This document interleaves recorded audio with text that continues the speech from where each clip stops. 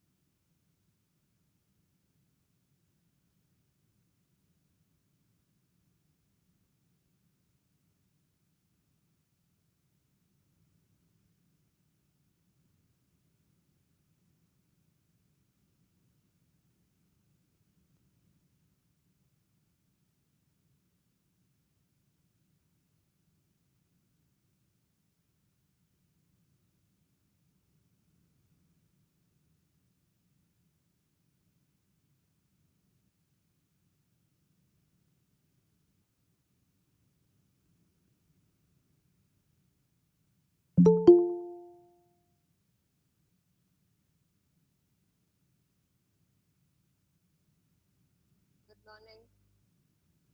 You are unmuted.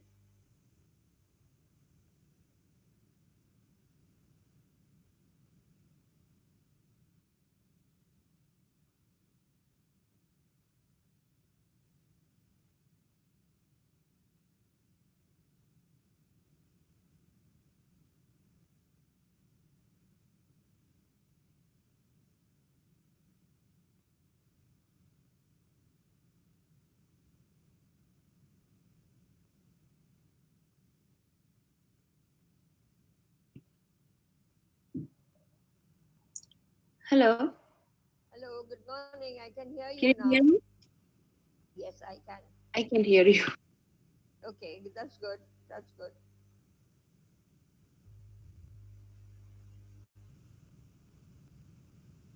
So, how are you doing, Vaishnava?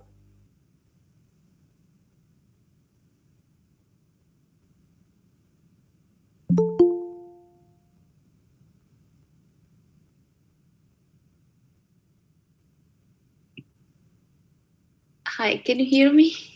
Yes, I can. I can hear Okay, you. now I can hear you. Thank Yes, God. Okay, better. thank you so much. I'm sorry for all this. Thank you.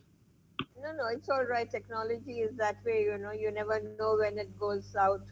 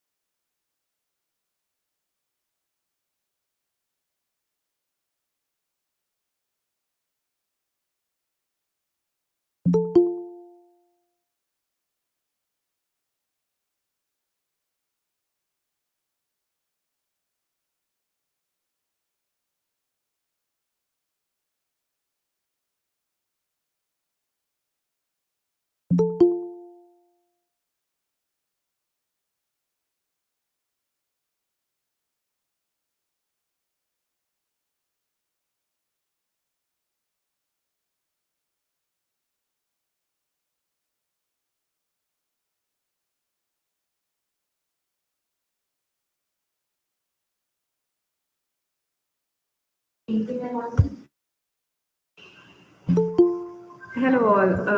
We're just waiting for some more people to join us and then we'll begin. Thank you so much for being so patient.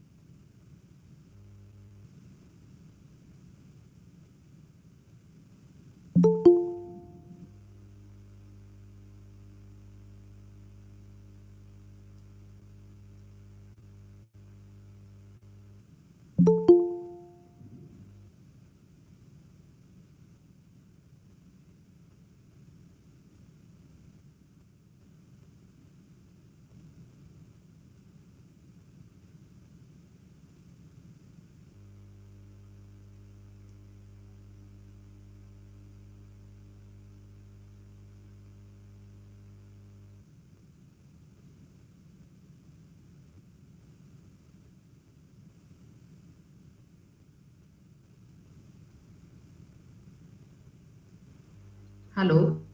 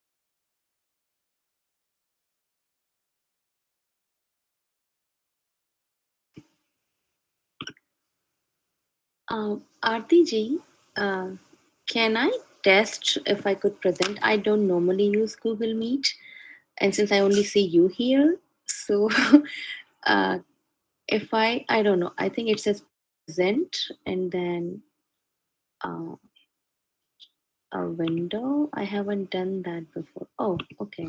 So share. Oh, it works. Does it work?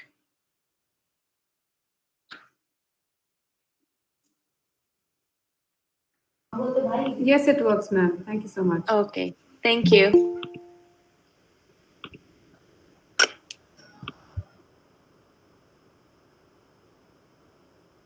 Can you please stop presenting, ma'am?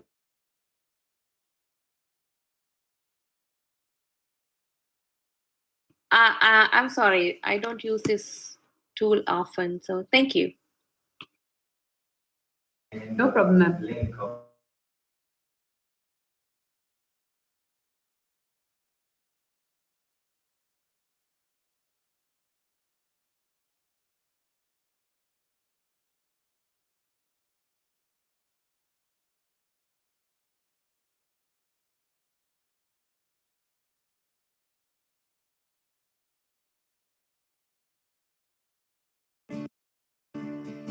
India, a seat of learning for more than 2000 years, where the oral system of education or the Gurukul system imparted knowledge of the Vedas, Upanishads,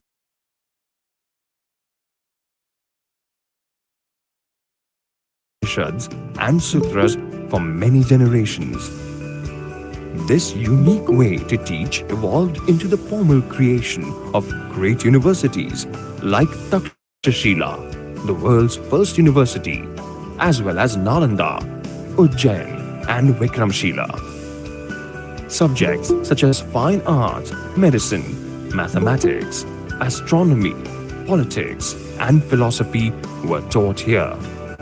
Nalanda, one of the world's biggest universities in the 6th century, even attracted pupils and scholars from Sri Lanka, Korea, Japan, China, Tibet, Indonesia, Persia, and Turkey. This was the stature India enjoyed in education for centuries before it lost its way as a prime center of learning. The 21st century heralds a growing concern for creating world-class destinations of higher education in India, centers of excellence which help to educate a student to use their minds intelligently and set off on the journey of their lives with knowledge as their biggest asset.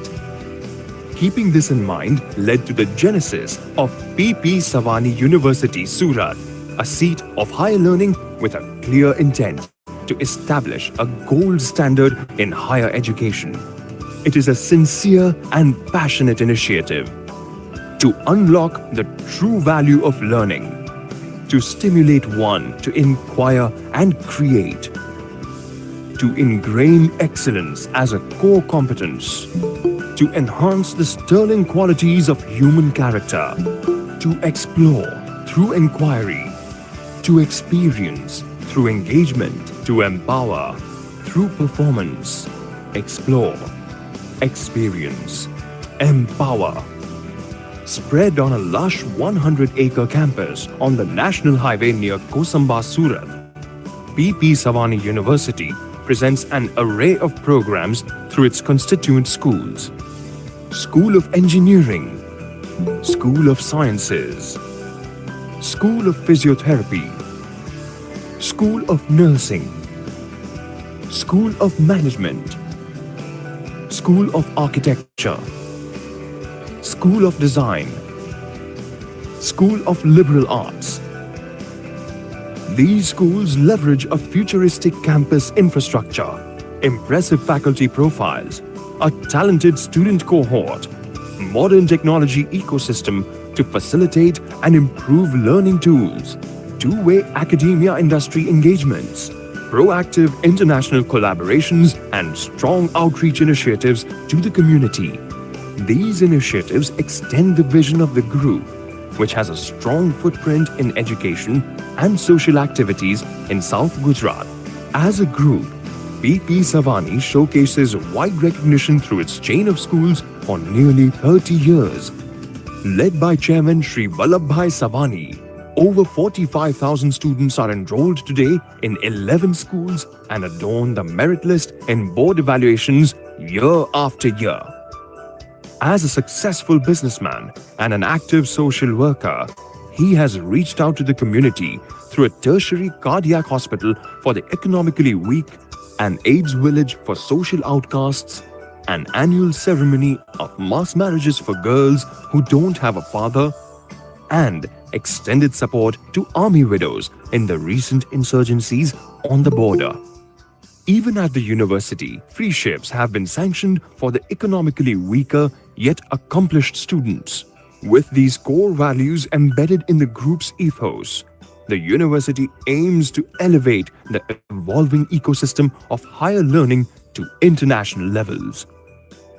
International faculty recruitments and exchange, international student internships, international symposiums and workshops, foreign language labs, library connect, research and consulting, conclaves and seminars are on the anvil to extend a transformational experience to all the stakeholders at the university. It is the right time to start that journey.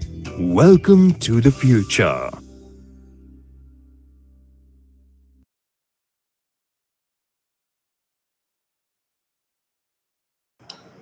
Hello, bonjour, annyeonghaseyo, and namaskaram to all. I am Maitri Dunn, Assistant Professor of French. I welcome you all to the first International E-Conference, LangLit Teaching, Learning and Innovation, Pedagogic Issues and Remedies. The Center organizes this conference for language studies at P.P. Savani University, and I welcome you all with all my heart. The pandemic has tested the boundaries of human endeavors and the demand for innovation in and innovative ways to a sustainable future has education at an intersection.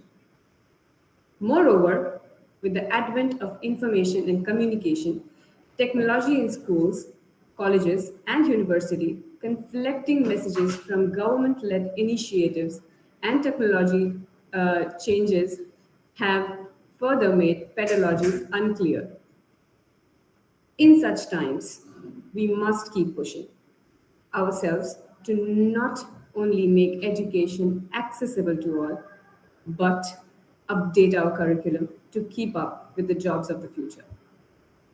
In this context, we, PT Savani University, have organized the conference to connect like minded people passionate about developing innovative teaching and solutions and contribute to the pedagogical studies. Now, I would like to call Professor Dr. Ananta Uppal to formally welcome and declare the conference open. Thank you, Professor Mathri.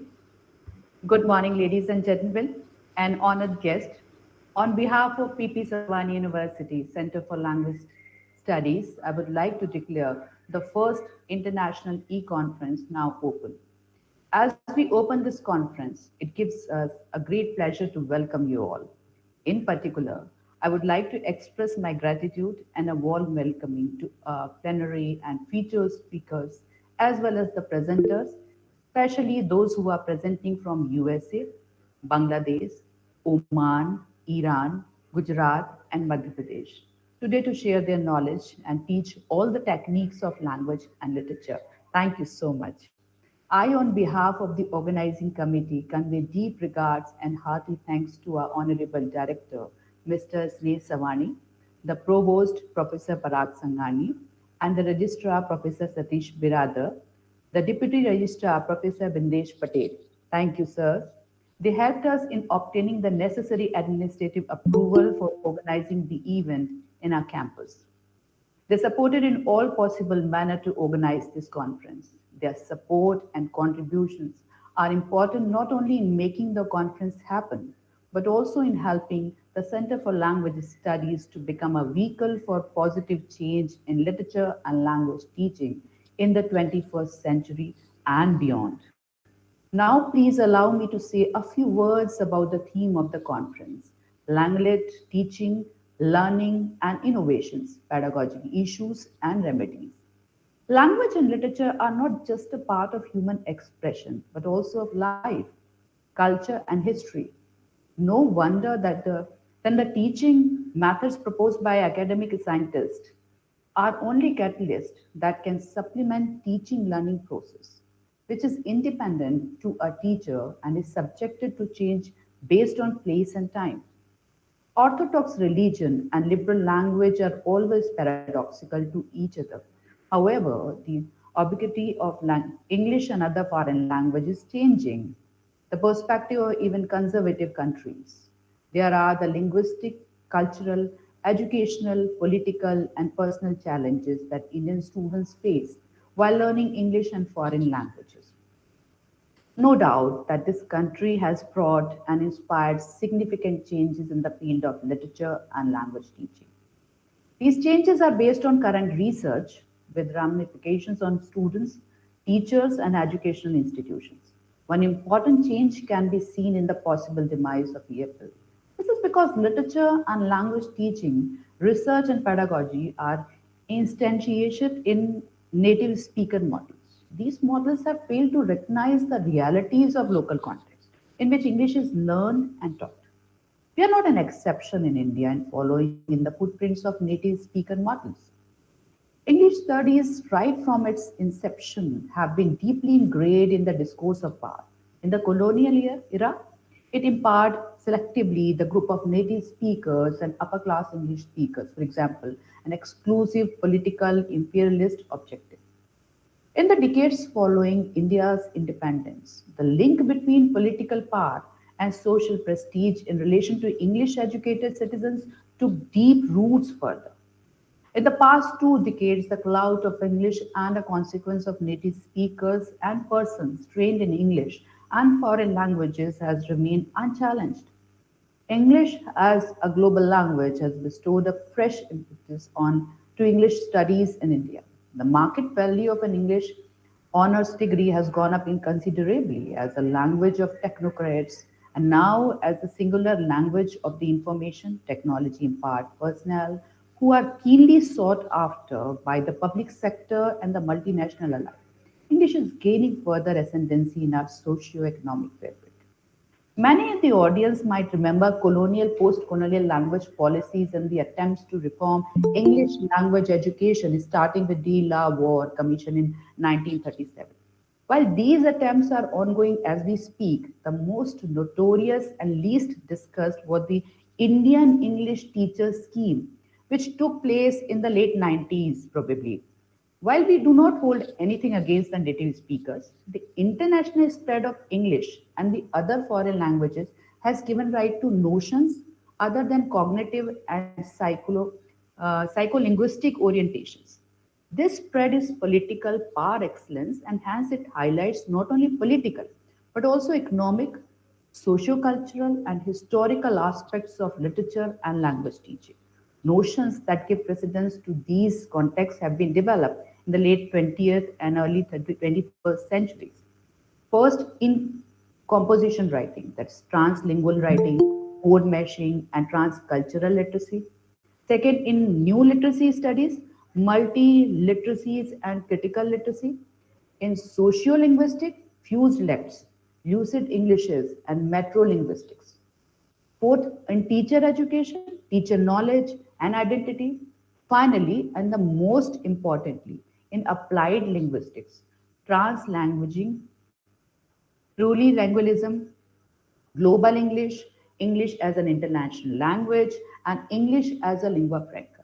The question I would like us to think about, where are we in India from this millennium scholarship?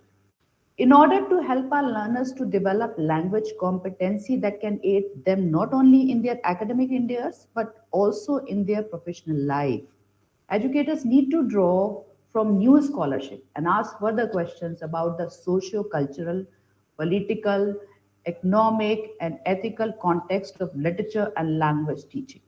In addition, since macro acquisition of any language requires societal resources, ministries of education, higher education need to improve economic and other support to facilitate this process. To conclude this talk, I would like to raise the following questions. What would the way forward be for literature and language education in the new millennium? Would it be technological driven, more humanistic, more interculturally relevant, or all of the above? Also, how would these changes affect the language classroom, teacher education, as well as our curriculum design and materials development? While rushing to answers is not what academics do, we hope that this conference generates a lively discussion as well as raise more questions about how we can go about literature and language teaching in the 21st century. Before I finish, I wish to inform you that the selected papers will be published in our edited book, Bhasha Sahitya Sandarbh, and our journal Muhan, Journal of Language and Literature, Scopus, and UGC Care journals also. The authors of selected papers will be accordingly informed. Thank you and enjoy the conference. Thank you so much, Dr. Ananta. It was so enlightening to hear you talk about everything that pedagogy means. Now, I would like to welcome our pro-host at PP Savani University, Professor Dr. Parag Singhani. Over to you, sir.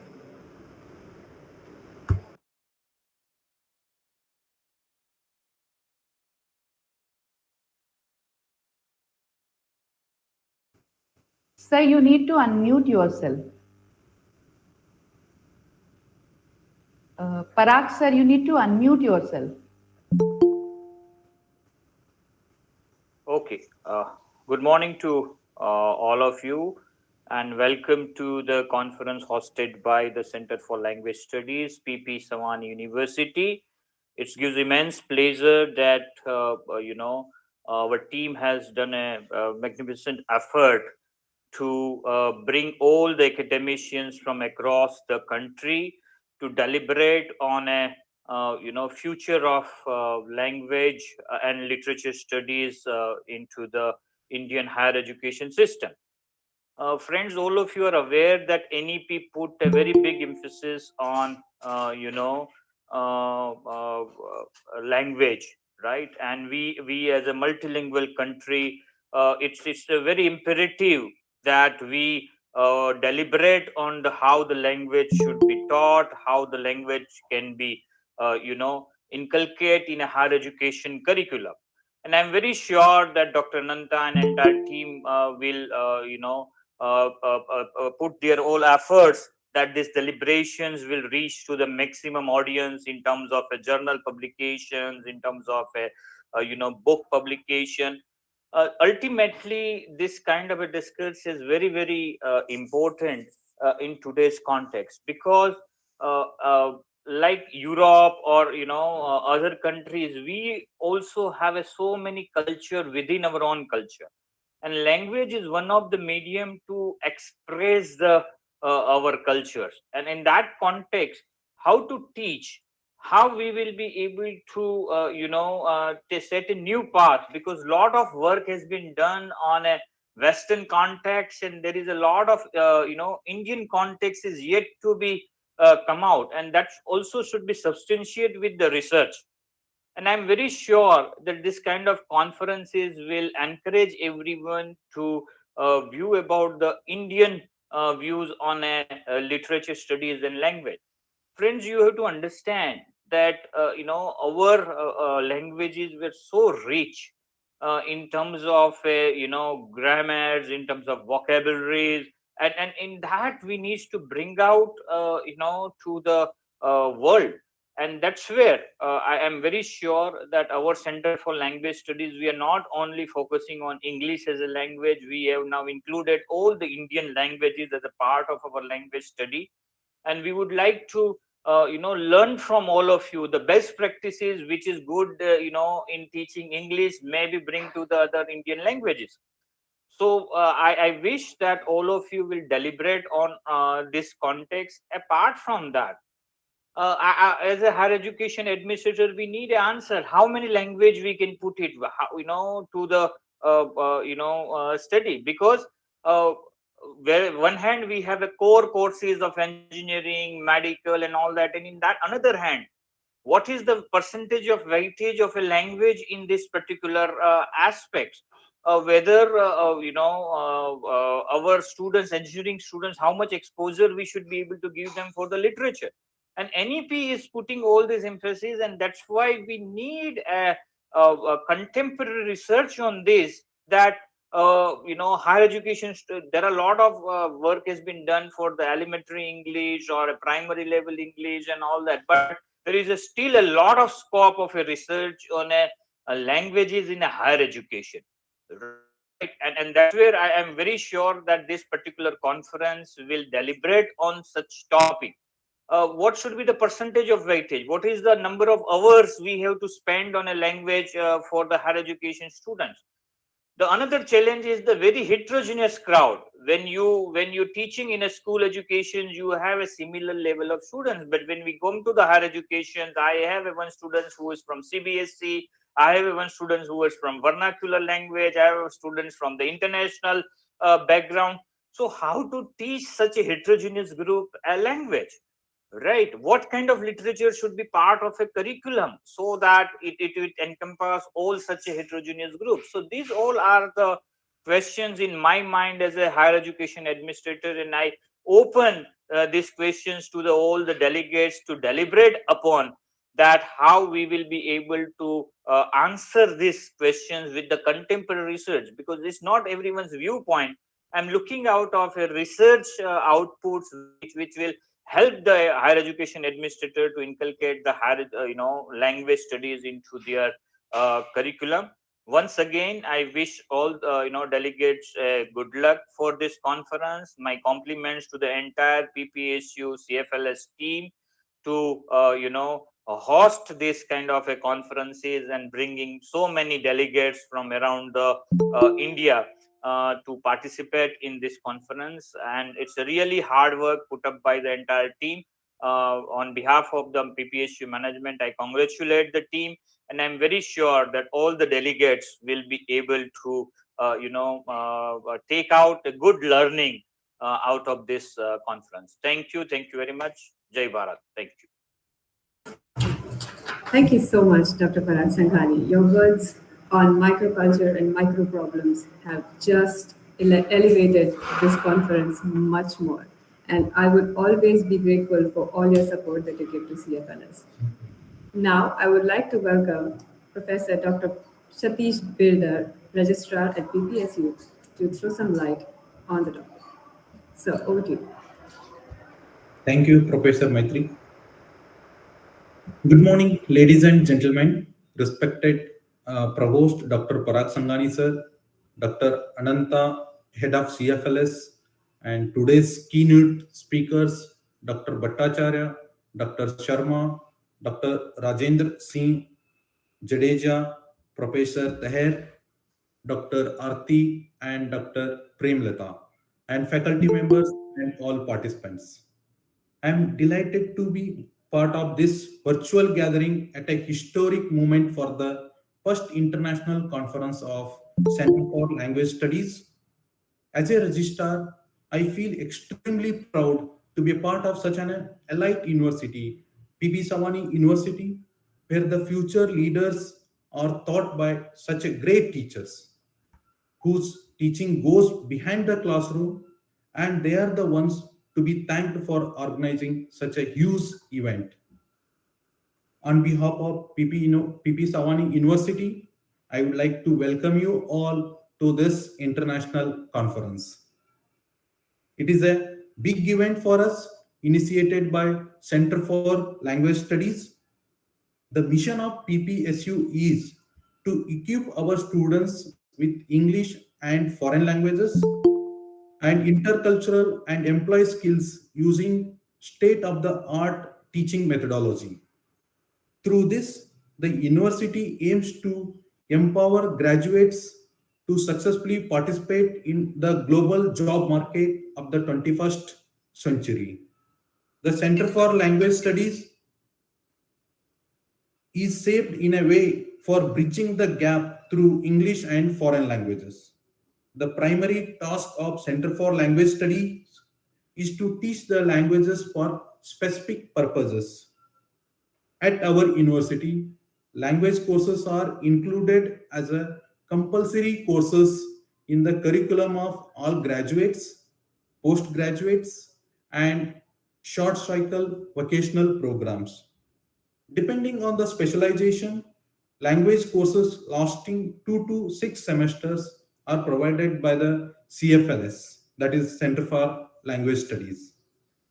I would like to congratulate Dr. Ananta Uppal, who is the head of CFLS, and she has been working so hard with her team for long towards connecting young and experienced minds to strive to make this conference a big success. The entire CFLS team tried to work in a very seamless and collaborative, coordinated manner.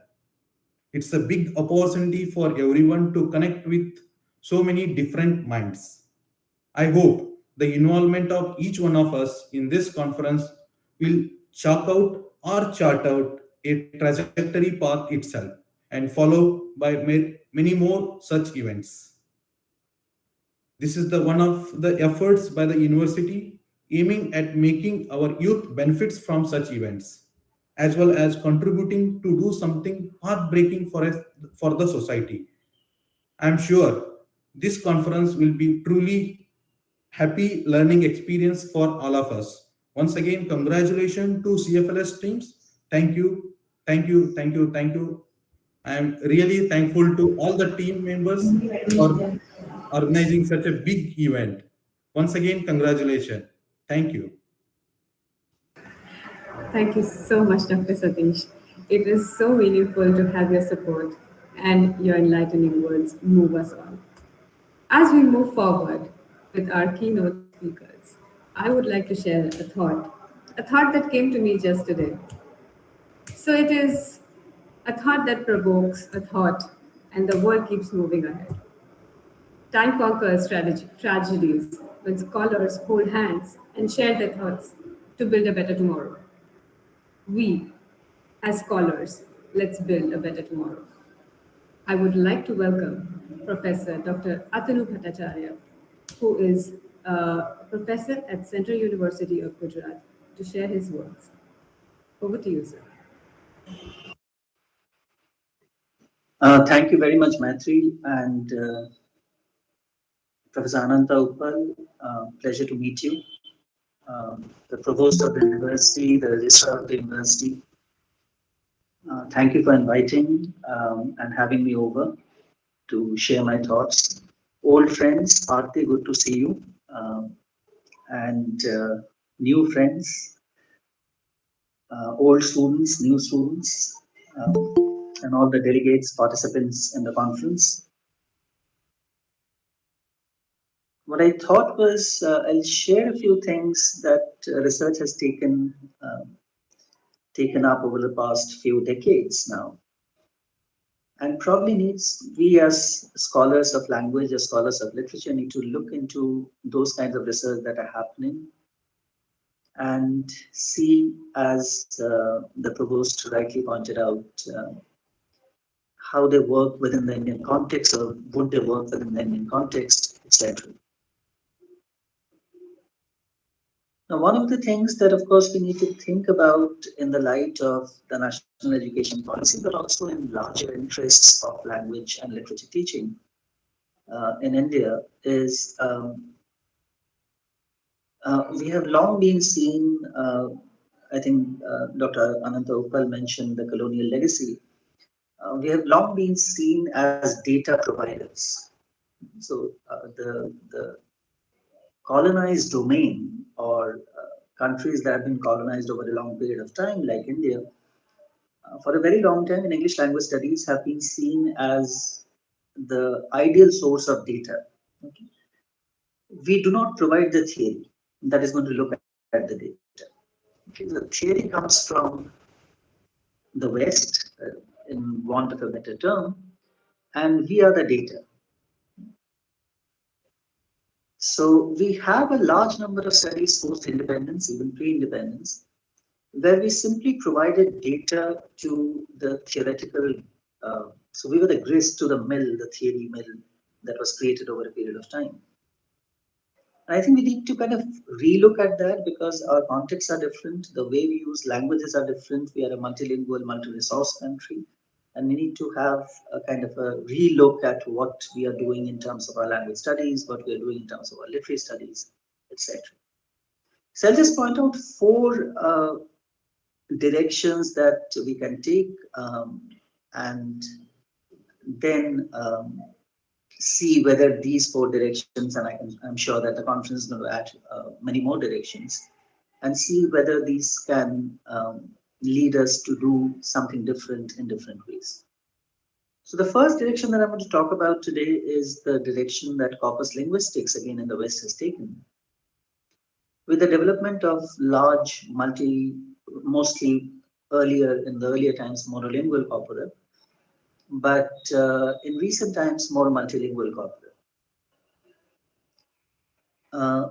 So just for the sake of the audience, what corpus linguistics basically does is it studies language or linguistic phenomena through the analysis of data obtained from a corpus. So the corpus is a large body of texts that has been collected, and especially after the advent of computers in the 80s and 90s, now we can store large bodies of text, large bodies of language, which can then be analyzed through different kinds of software.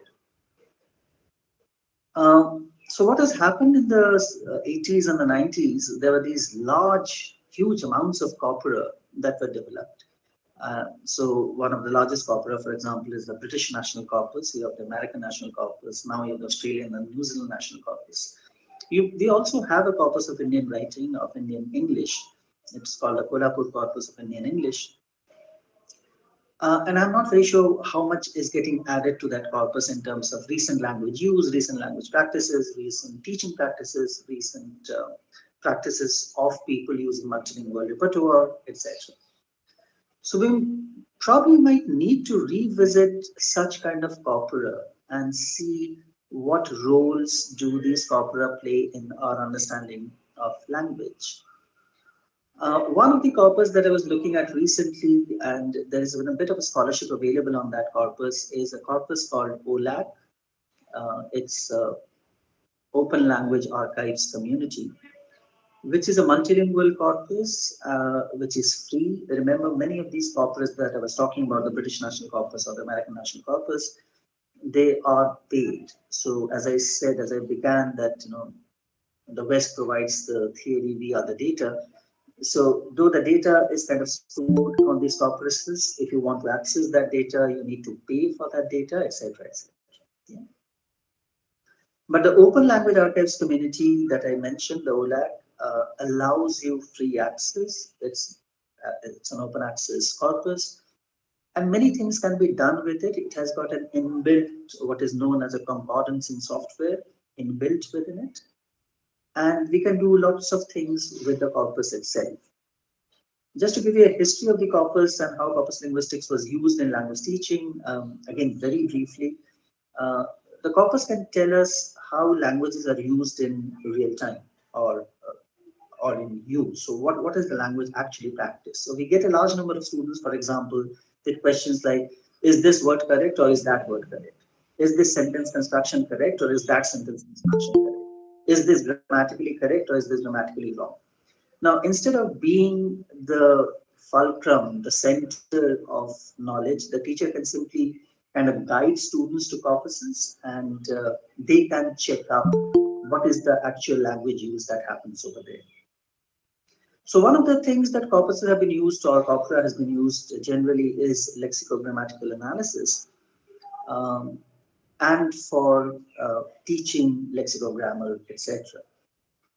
Now, one of the things that OLAC, the corpus that I mentioned, also has is that it also has now Indian languages. Some of the major Indian languages I'm not talking about. We have more than 1,600 Indian languages, so it's not there, all of them. But the major Indian languages are now recorded in OLAC.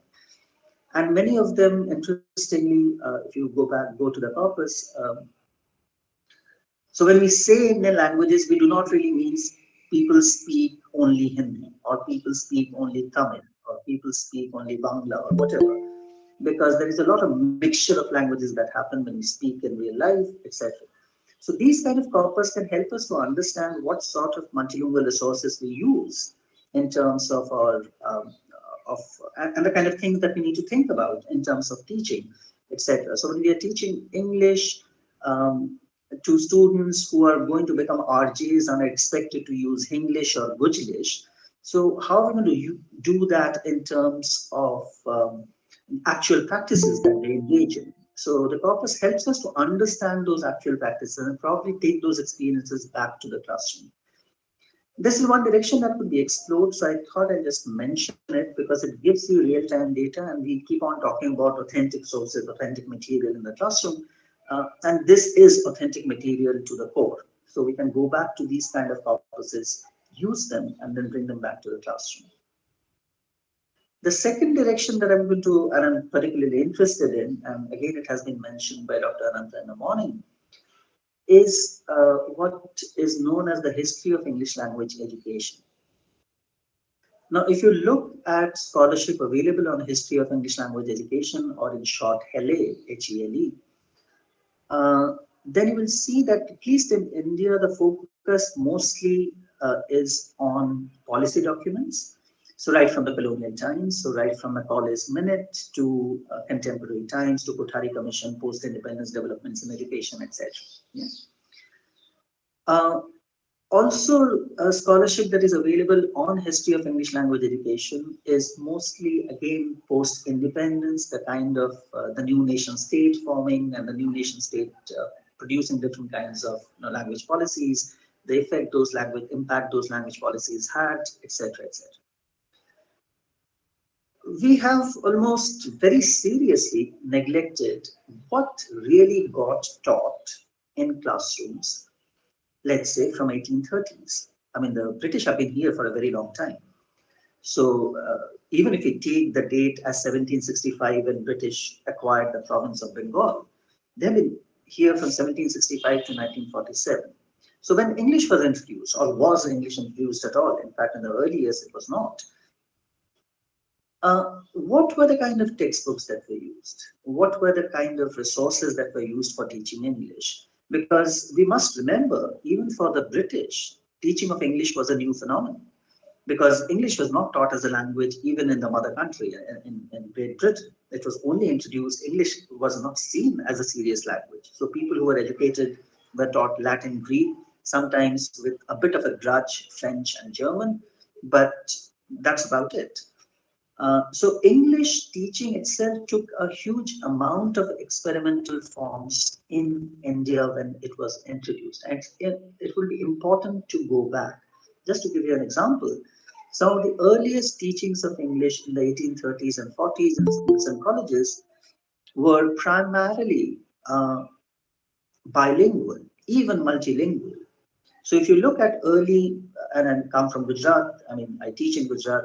If you look at early textbooks that were used for teaching English in the classrooms, the textbooks were actually in three languages. So you had English, you had Gujarati, you had Marathi. And all the three languages formed a part of a multilingual repertoire, a multilingual resource that was used in the classroom. Interestingly, that kind of started disappearing around the 1870s and 1880s, especially after something called the Hunter Commission. And so we had now mostly English textbooks, and other languages were taught absolutely separately. And this interesting phenomenon kept on, either changing, transforming the nature of English education, etc., etc.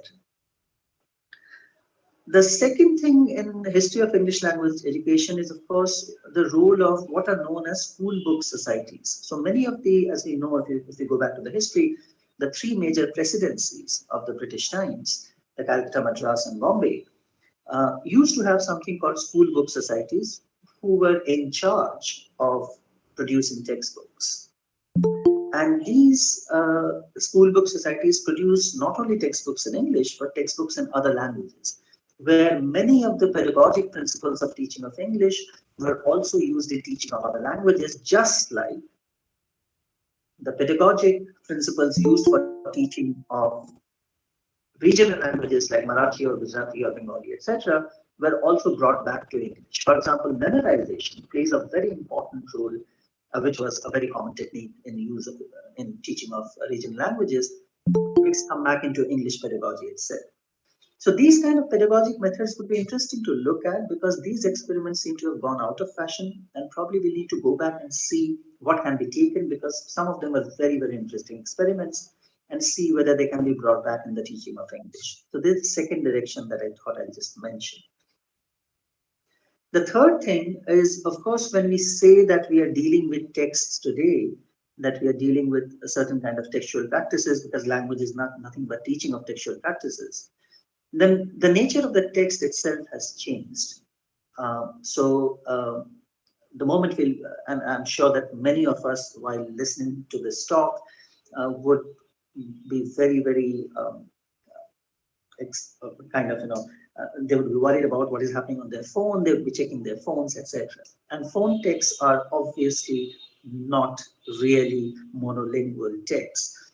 So what we have nowadays in phone text is, of course, a mixture of image, voice, textual material, etc. So nature of the text itself is changing, and we must remember that these are the kind of texts that our students who are coming to the classroom encounter every day.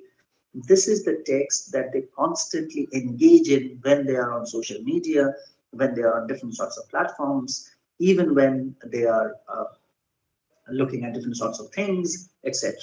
Because these are the kinds of text that is happening. So the third direction that I thought we'll probably need to look into is what is now called multimodal analysis.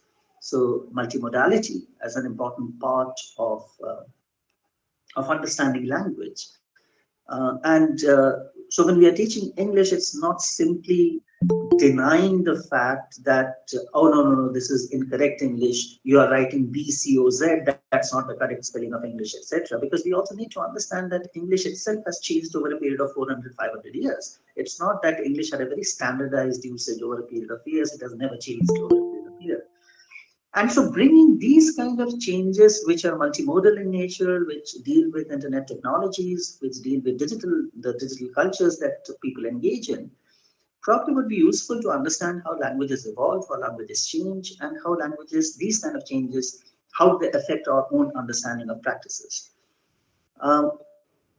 The nature of these changes, of course, is that we start asking questions about what is standard, what is non-standard. And remember, there are huge debates in English about this. What is standard language? What is non-standard language, etc. What is formal language? What is informal language, etc. More importantly, I think questions of assessment and evaluation are going to be raised, because how do we assess? So if we give an assignment to a student saying that, okay, you need to write an essay and post it on the blog with images and video and audio, and they do that. So we have tools and mechanisms to judge the written part. How do you judge the image? How do you judge the video? And how do you judge the audio recording or a podcast that they have attached over there, etc. Uh, because we do not really have tools except the traditional tools of LSRW that we keep on using. So obviously we need to evolve tools in terms of understanding multimodal designs, probably learn from design fields to understand how they evaluate and assess design, etc. So again, a possibility of interdisciplinary understanding of how we engage in language practices. The fourth and the final thing I'll just quickly sum up is what I'm again personally interested in is something called teacher research. Uh, this was this used to be called action research for a very long time, but action research assumed that there is a hypothesis, there is a certain kind of analysis of the data that you collect, etc., etc.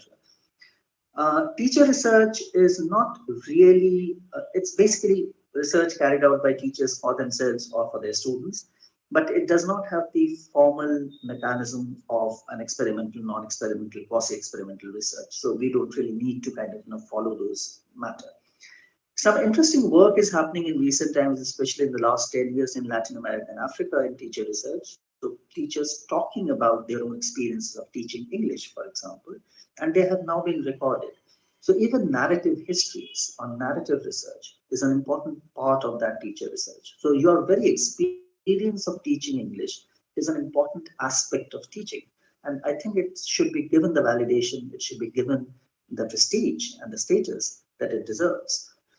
Uh, the other things that teacher research has moved into is oral histories. For example, generations, again, something that I'm personally interested in. Generations are passing away. People who used to teach in the 60s and the 70s and 80s in India have slowly have now retired or are retiring or are on the very old. And these stories of teaching English in the early days are slowly getting lost. So some interesting oral histories are being recorded, for example, of teaching languages in the classroom. And I would really, really appreciate if some of you, after this conference, go out in your local areas, in your regional areas, meet those people, record those histories, and probably we can have a digital archive of all those experiences, of all those things that were done, which are completely being forgotten. You can learn from them. It's not that once these histories are gone, we can't learn anything from them at all, because these are very, very personal, individualized experiences of teaching and learning. The way they learned English, or the way they taught English, or what they were supposed to do in the classroom, etc., or how they dealt with classrooms are important histories to learn. So instead of a pedagogical theoretical model, which we bring into the classroom and say, okay, this is going to work and this is not going to work, is not how teachers deal in the classroom. Teachers deal based on the moment. There are students who are talking in the background. There are students who do not seem to be interested. So how do they deal with this? And how did they deal with this is an important history in itself. So oral histories and narrative research is something that I think should come into our own practices, our own ways of dealing with language, and bring it to the classroom. So again, thank you very much, Dr. Ananta and the entire university and the provost and the registrar for giving me the time and the opportunity to be here. So thank you very much. Thank you so much, Dr. Professor Atanu Bhattacharya. Your words remind me of another great man, Albert Einstein, who said, learn from yesterday, live for today, hope for tomorrow. The important thing is not to stop questioning. So absolutely, I completely agree with all the thoughts that you gave, not only on just application of lingua franca, but to live for a better future, but not leaving our past behind. Now, I would like to welcome Professor Matri, some participants might have some questions. Yeah, sorry. Yes, if somebody has any questions, feel free to ask them. Someone raised her hand. Someone would like to ask questions from sir.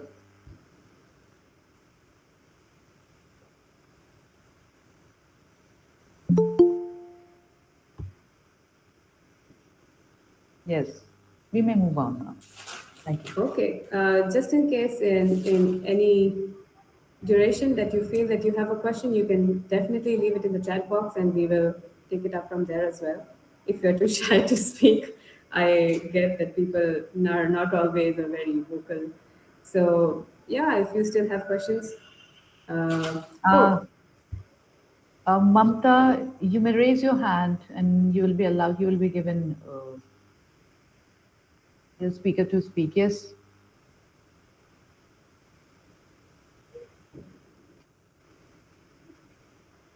Yeah, and unmute the audience so that they can ask questions.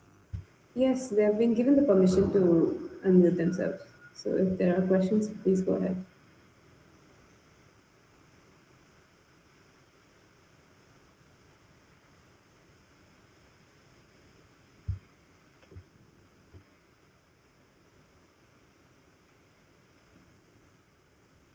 And no more questions. We will move on now.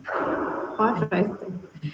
Okay, so I would like to welcome Dr. Premlata Pinky Vaishnava, faculty at Hindi Urdu Department of Asian Language and Cultural Studies, University of Michigan.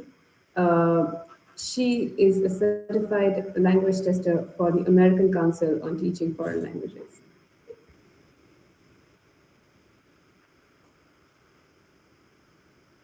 Cannot. Oh, namaste. Good evening from the US. Uh,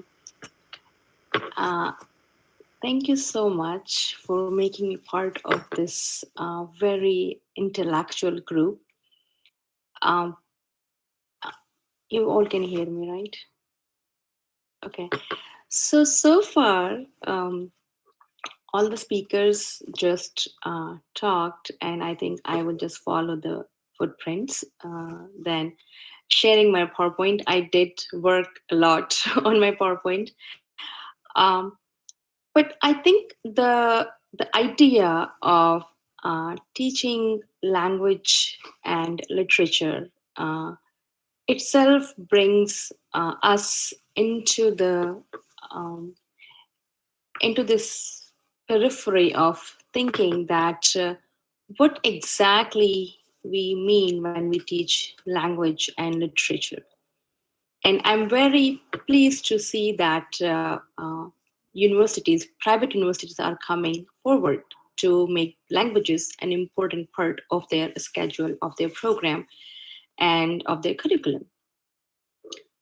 Uh, Previous speakers had talked about different ideologies, different methodologies, different things, how to include the inclusion of language literature, and especially in a country like India, where we have multiculturalism, multilinguistic backgrounds, ethnicities, and also foreign learners coming to India. So my presentation, um, maybe I will share it. I have never used this, so maybe I will try if it works. Present a window. Okay, here we go. And you all can see my window. Actually, I cannot see you guys. So if I think somebody has to say yes. Yes, ma'am. We can. Yes. We can Okay. yes. So this is my my presentation. It's basically I teach Hindi and Urdu in the US. I'm teaching for a long time, and most of the things are kind of the experiences from my class, which could also work as data because many of us go through this part. So it's a language class, and apart from teaching, I also work in language testing and designing materials that will somewhat come close to the proficiency levels that one would think uh, could work in a place where language is spoken. So, what is pedagogy when we think of pedagogy? To me, I think pedagogy is different in different fields. Um, in medical science, in mm, history, or in drawing or art or skills, and language seems to be falling into the part of a skill. So we have all these different things of planning, improvisation, assessment that I think could be the part of pedagogy, and there are many more that we can do. Um, we can put in this segment. I feel that one pedagogy that works one place is not necessary that it would work in other place. Actually, I'm going to stop sharing because I don't see anybody, and it seems like I'm talking to uh, just like a blank screen. um, so, to give you some examples, where speakers before me have talked about what kind of language we are teaching, what kind of literature we are teaching, the trans-languaging, the group, the body, the audience, the learners in our class, our planning. We need to assess their background, linguistic background, ethnic background, their skill levels, their proficiency levels. This is what we do in the US and of course in Europe also. Before they come to our language classes, the students have to go through certain steps in order to be in certain level. And I teach first year, second year, advanced level, Hindi, Urdu, both. So from my perspective, I think it would be a good idea if the collaboration like this could happen more, because our students, our learners out of India who are learning Indian languages, they're too far from the reality. Here seems like some alien language, because we as somebody was talking about that all the standards and things and data, they come from West, which is true, but I would like to bring it to everyone, but that it is true because we let them do it. We allowed them to do it for us. If it's our language, we should be the one to set the standards, not other way around. But it's happening, so it will take some time to make that change from our side. So teaching Hindi, when we are planning in our classrooms, so we have students who have never taken Hindi before. Students who are from southern India, there is Hindi is not their language. Students who come from Gujarat, learners who are from Hindi-speaking areas. Those are the majority of our audience in classroom. So how to teach them anything where we hear, and I think the registrar here also said that the language courses are 2 to 6 semesters long. We have the same kind of time, 2 to 4 semesters, and it's if you look at the holistic picture, it's 156 hours they're learning in one semester. 156-hour time is nothing, and we can teach them, we can give them handouts, we can provide them resources, we can do the assessments in the modes of quizzes, exams, and all the other things. But still, for a skill, you need, or one needs, a regular practice. And I think somewhere in the pedagogy, that the burden is on the teachers, that the teachers have to do something that miraculously will transfer the knowledge to the, and that's it. I personally feel that in the pedagogical discussions, students are very important part. It is like we are thinking or talking about two aspects of one coin. So teachers have to do designing, planning, improvisation, translanguaging, all those things, methodology, syntax, morphology, whatever you name. But on the other side, the students then don't have all these aspects covered onto their side. We as teachers at some point feel that our hands are tied by the system, and we are the system. So we should be able to make changes to that part. So, for example, when we teach here, learners will learn something. And just recently, somebody was talking about that. In the class, I learned Istemal karna, to use something. And I was in Banaras, and I said to the local vendor, Istemal karna, and he said, Nahi, prayog karna boliye.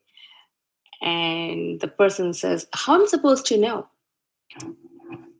How in any pedagogic planning one could ever do this for every single word? Kyunki in India, we have at least, if not more, at least 2 words for every single English word, every single, if not more. So some students, and this is my personal experience in classroom, and we go outside and they say samachar. So where to draw the line?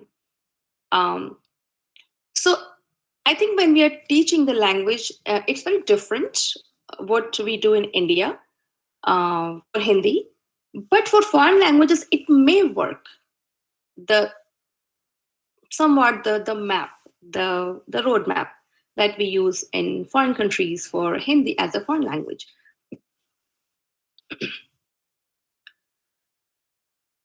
In terms of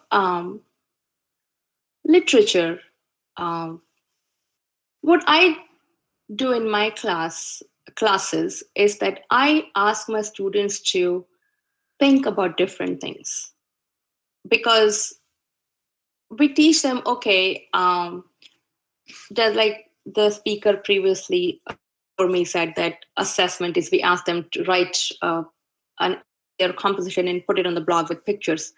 Okay, so everyone does that, and it's good. But what after that?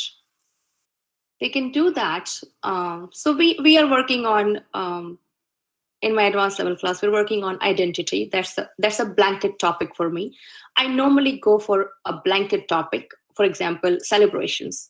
So it's all happy things in celebrations. So what are the words, be it actions or adjectives or nouns, can be used for happy occasions? And then you can just take this chunk of words for another occasion. At least they have the understanding that they have a box. In that box, they have certain things that can be used everywhere. Just like somebody would go and have 1 pair of jeans and 5 different shirts, or 2 pairs of jeans and 10 different shirts. The jeans can be used for all different occasions. 1 jacket can be used for all different occasions. In my opinion, pedagogical processes or the roadmaps or the ideologies, it's not that we can take one part from here and put it there. Instead, I think we should look into the direction that what are the big chunks we can provide? And I believe that comes from where you push the learner to think about it, to improvise from his or her own side. So in this topic of identity, we had covered multiple things, like a sport made its identity through somebody, or somebody made his or her identity through a writing or something else. For example, I think last year we had the Bhala Phenk Pratiyogita and I think that was it. Then the August 7 was the day that was declared for that.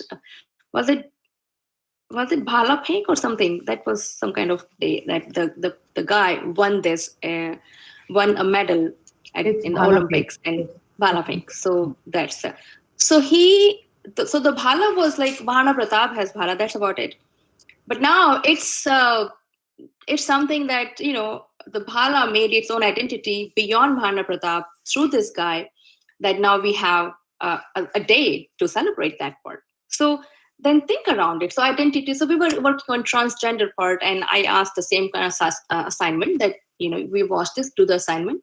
And the students came, and he said, एक किन्नर थी,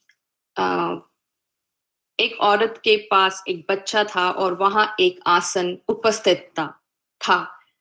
Available is upasthit, and asan is a space.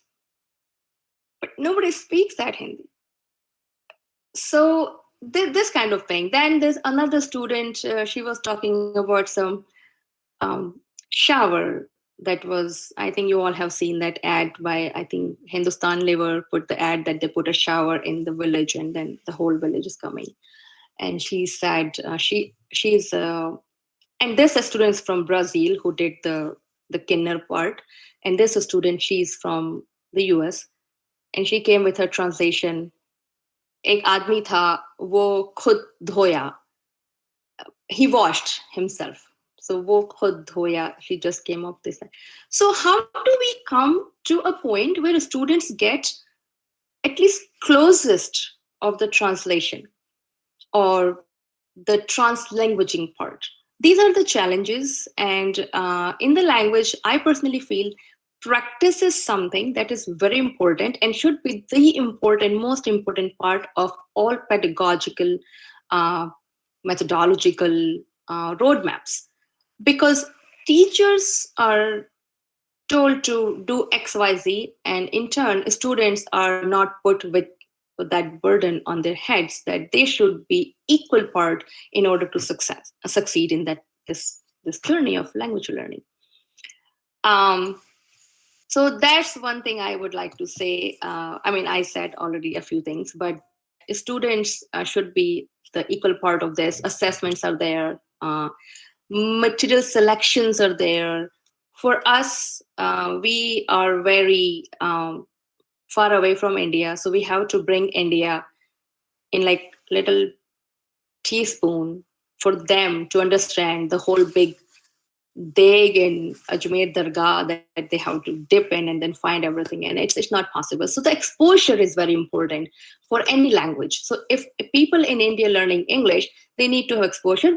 India, for which there is no dearth, you can have that, other languages as well. But we struggle with this part. So through this platform, I would like to request that more universities come up and more people from different universities come up, if you have groups and all that, there's some kind of collaboration for Hindi, Marathi, other languages that we can establish where our students get the opportunity for the real exposure of languages in the country, a target language country. Thank you so much. Namaste. Thank you so much, ma'am. I would like to ask participants if they have any questions for ma'am.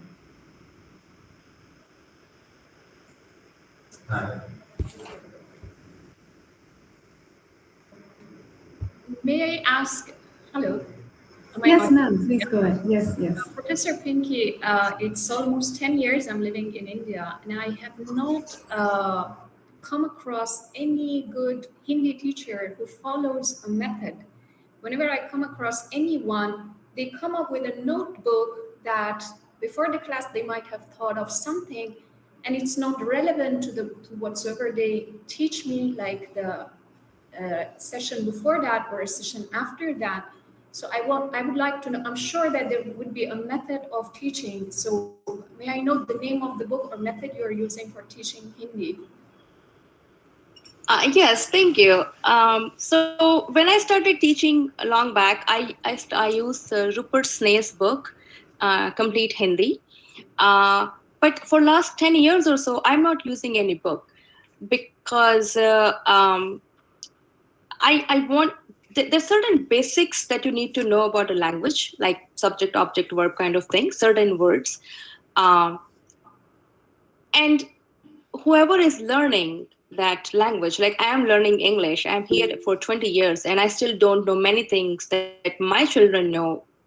They are just teenagers because they are more in the area or in the people with who speak English than I ever will be and I ever am. So there is no like perfect book or perfect teacher or a very good book, but Rupert Snail book, I think, works with how the language develops in a person. For example, their book starts with um, subject, object, verb, the alphabet, and then how the word, the language moves. So think of, if you go back and think about our childhood, our mom, dad, ow, ow, come, come. So that's the first command form. That's the first thing. We don't have to say, aapka naam kya hai? Because honestly, nobody even says aapka naam kya hai. You go to office and you say, naam, and this is it. This is it. So, and I have this experience because I do a lot of testing for Hindi language speakers and Urdu language speakers, and I translate in Punjabi. So I see all these things. So unfortunately, there's no good book, but Rupert Snail is something that is a very basic old book you can start with. And they also have many different words, vocabulary is also good there. But if you're in India, then you will have better vocabulary than any book. Thank you so That's what I much. would say. And I'm here if you have any questions. And there are all these smart people right here. Thank you. Thank you so much. Nitin, sir, please go ahead. I hope I'm audible. Yes, sir. Thank you. Ma'am, so my question is related to testing. Whenever we test whichever proficiency we are looking at, we always mark it against a standard. So for English, we would have the CEFR and we say that these are the things that the person can do and cannot do. And being the misers that we are, we rate them on the lower side of what they are unable to do.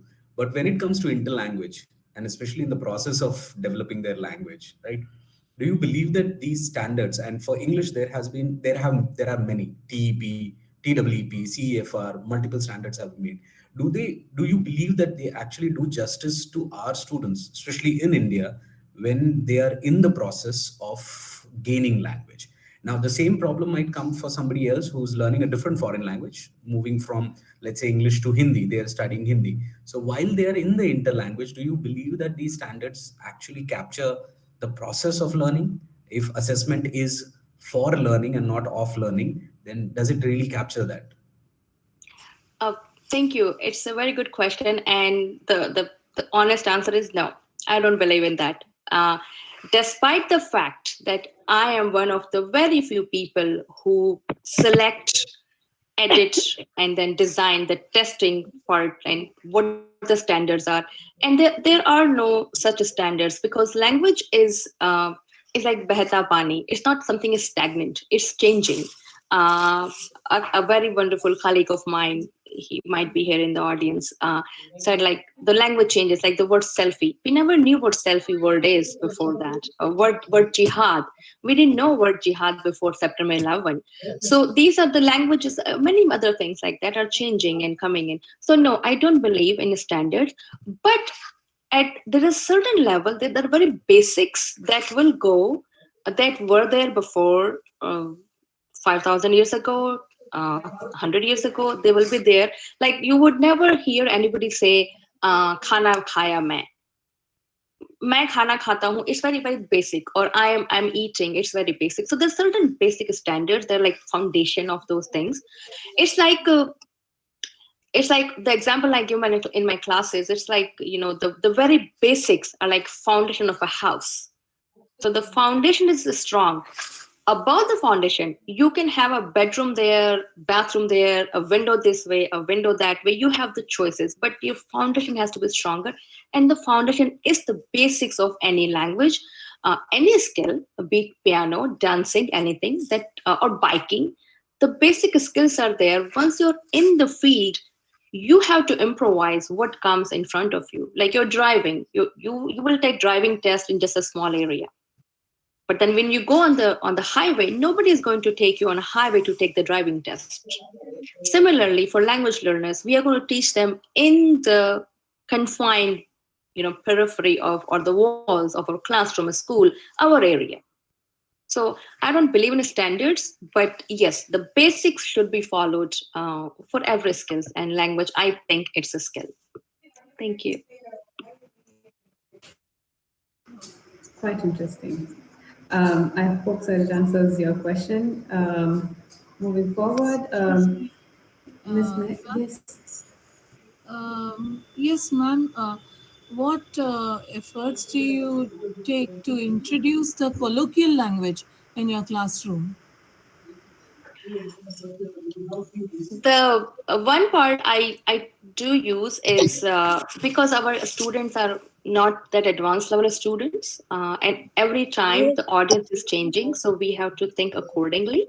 So in my classes, I use the advertisements a lot. And sometimes like in last 10-15 years, I don't think I have ever watched any movie or any story or anything for my entertainment. I only watch it, okay, how can I use this in my class? So I will take some shorts from like it's illegal, but I just screenshot it and take it and record it and then use it in my class. So for colloquial part, I do that. And then, of course, because I'm from India, Rajasthan, Udaipur, Chittorgarh is my area. So, if the Hindi speaking belt, I will do that. For example, somebody had the question about heart attack. So like, uski saans band ho gayi, yeah. But some places they also say, and like asthma, that what we call asthma in India. So asthma problem. But asthma is not always saans chalna. Some places they say dama. So how are you going to use that? What is dama? So these things will only come when you come to that point and you're specifically talking about those things.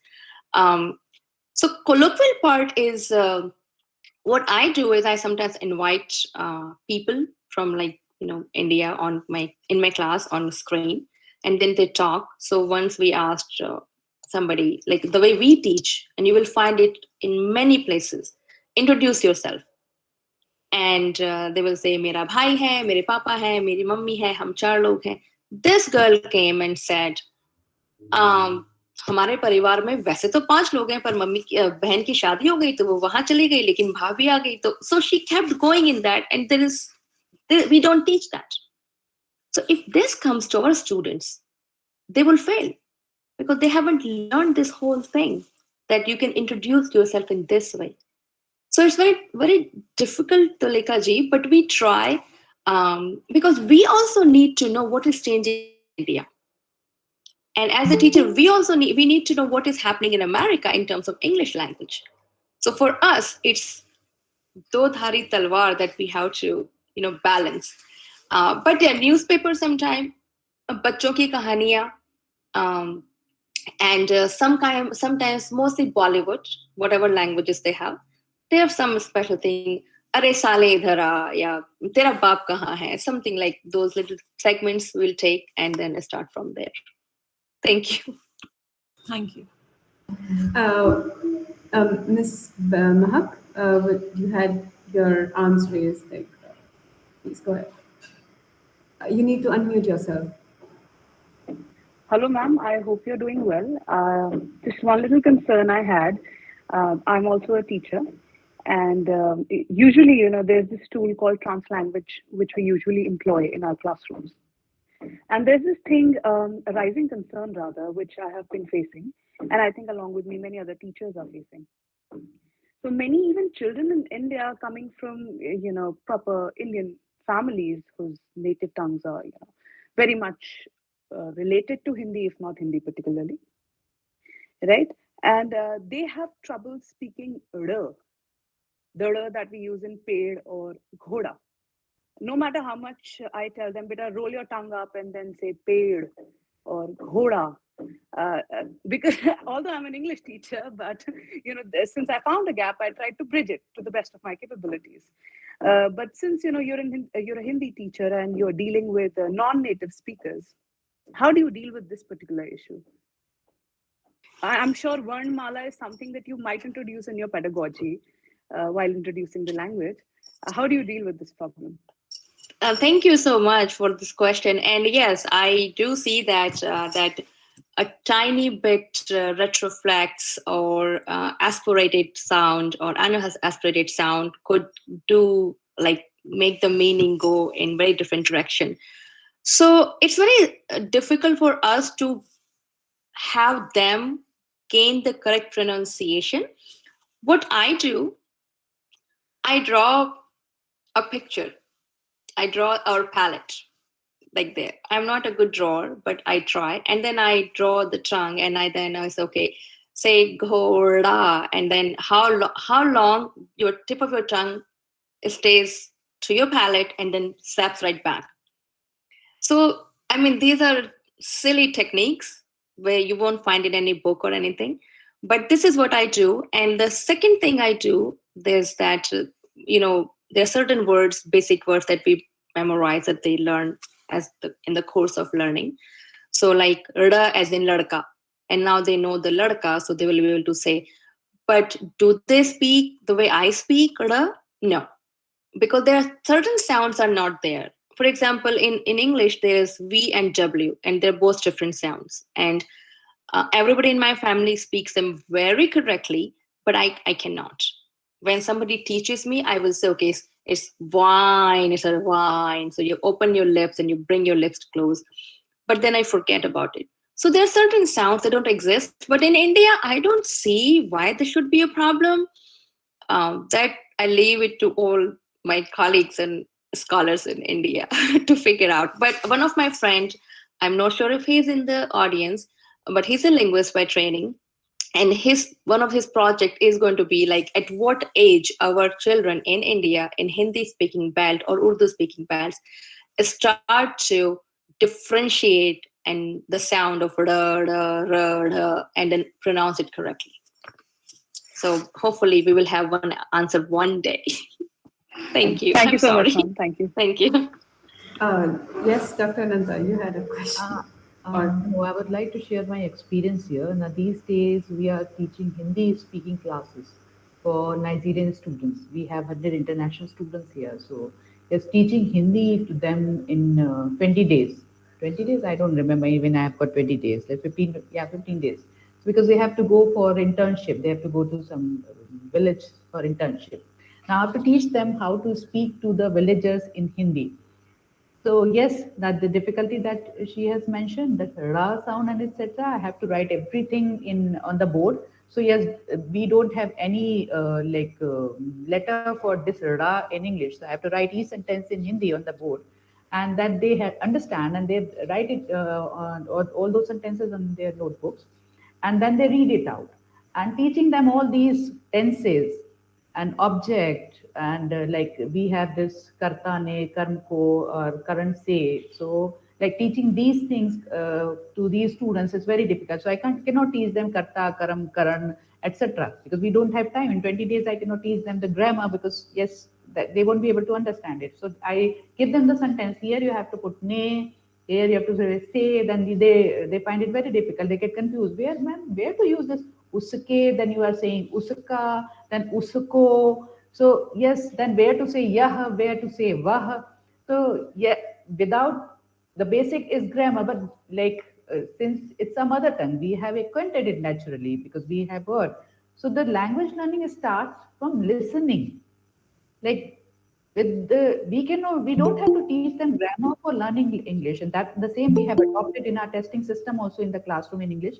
That's I don't know it's how unique it is, but I feel it's very unique. We have adopted ILTS method of teaching in all the English classes here. We have stopped teaching the theory of global communication, what is communication or what is the process of communication, that we have stopped doing in all the classes. It's BBA, MBA, or BA, or we have nursing courses everywhere. So even you like, it's called business communication and global communication or communication by managers in other university. We have communication in business context or in social context. That is what we have given its name. Now we are changing the name of the subjects also. It's life skills. So like life skills at work, life skills in new era, then pre-intermediate communicative English, pre-intermediate or intermediate communicative English, where actually we are giving them the situation, and we are using LSRW in assessment also.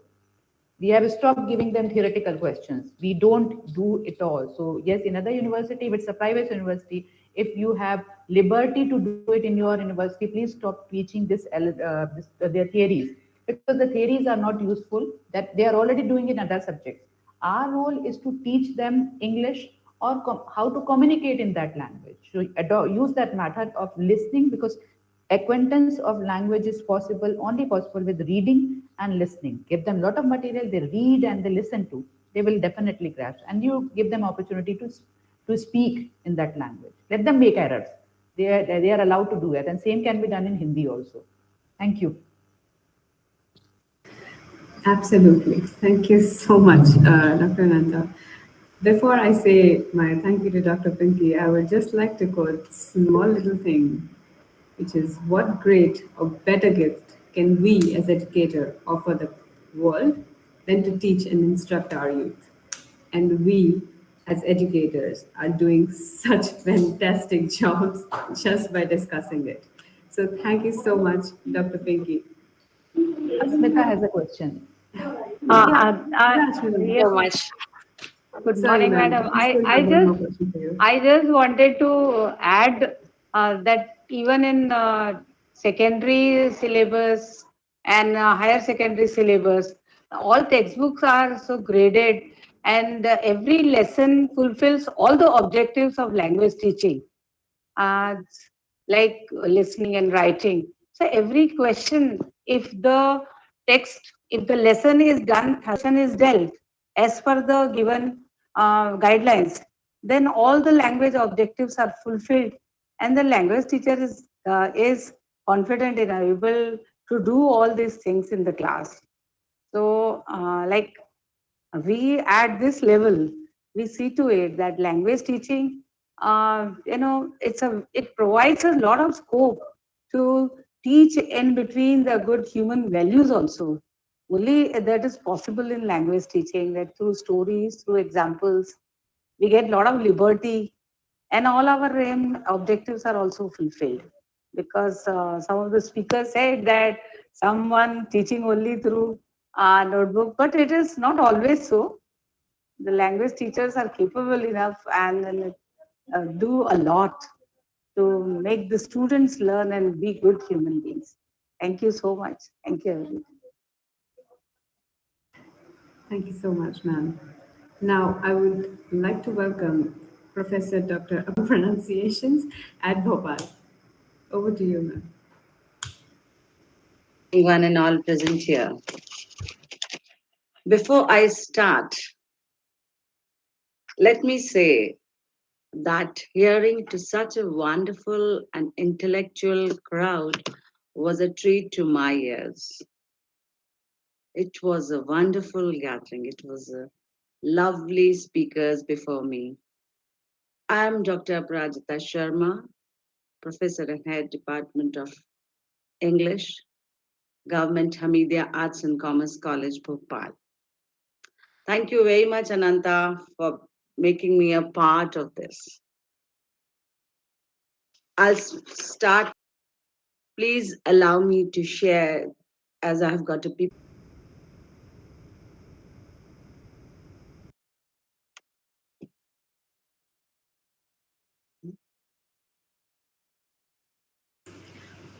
Ma'am, you will be allowed. To account whatever we were talking about, what can be done. I'm trying to focus on that. Introduction. In recent years, the role of literature as a basic component and source of authentic texts of language curriculum rather than an ultimate aim of English instruction has been gaining momentum.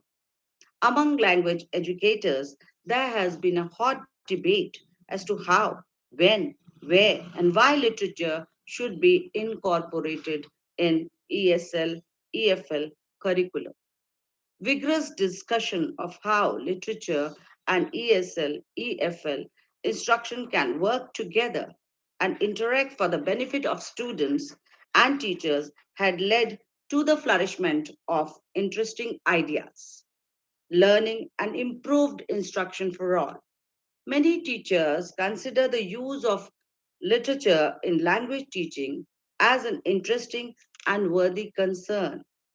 In this presentation, why a language teacher should use literary text in the language classroom, what sort of literature language teachers should use, and benefit of different genres of literature to language teaching will be taken into account. The place of literature as a tool rather than an end in teaching English as a second or foreign language will be unearthed. Teaching literature, why and what? The use of literature as a technique for teaching both basic language skills, the language areas, that is, vocabulary, grammar, pronunciation, is very popular within the field of foreign language learning and teaching nowadays. Moreover, in translation courses, many language teachers make their students translate literary texts like drama, poetry, and short stories into their own mother tongue. Now, reasons for using literary texts in foreign language. Now, let me quote the book of John Colley and Stephen Slater, Literature in the Language Classroom. Here he says there are four main reasons which lead a language teacher to use literature in the classroom. They are valuable, authentic material, cultural enrichment, language reasons, universality, non triviality, personal relevance, variety, interest, economy, suggestive power, ambiguity are some other factors requiring the use of literature as a powerful resource in the classroom context. Valuable authentic material. Literature is authentic material. Students become familiar with many different linguistic forms, communicative functions, and meanings. Cultural enrichment for many language learners. The ideal way to increase their understanding of verbal and non-verbal aspects of communication in the country within that language is spoken is just not probable. For such learners, literary works such as novels, plays, short stories facilitate understanding how communication takes place in that country.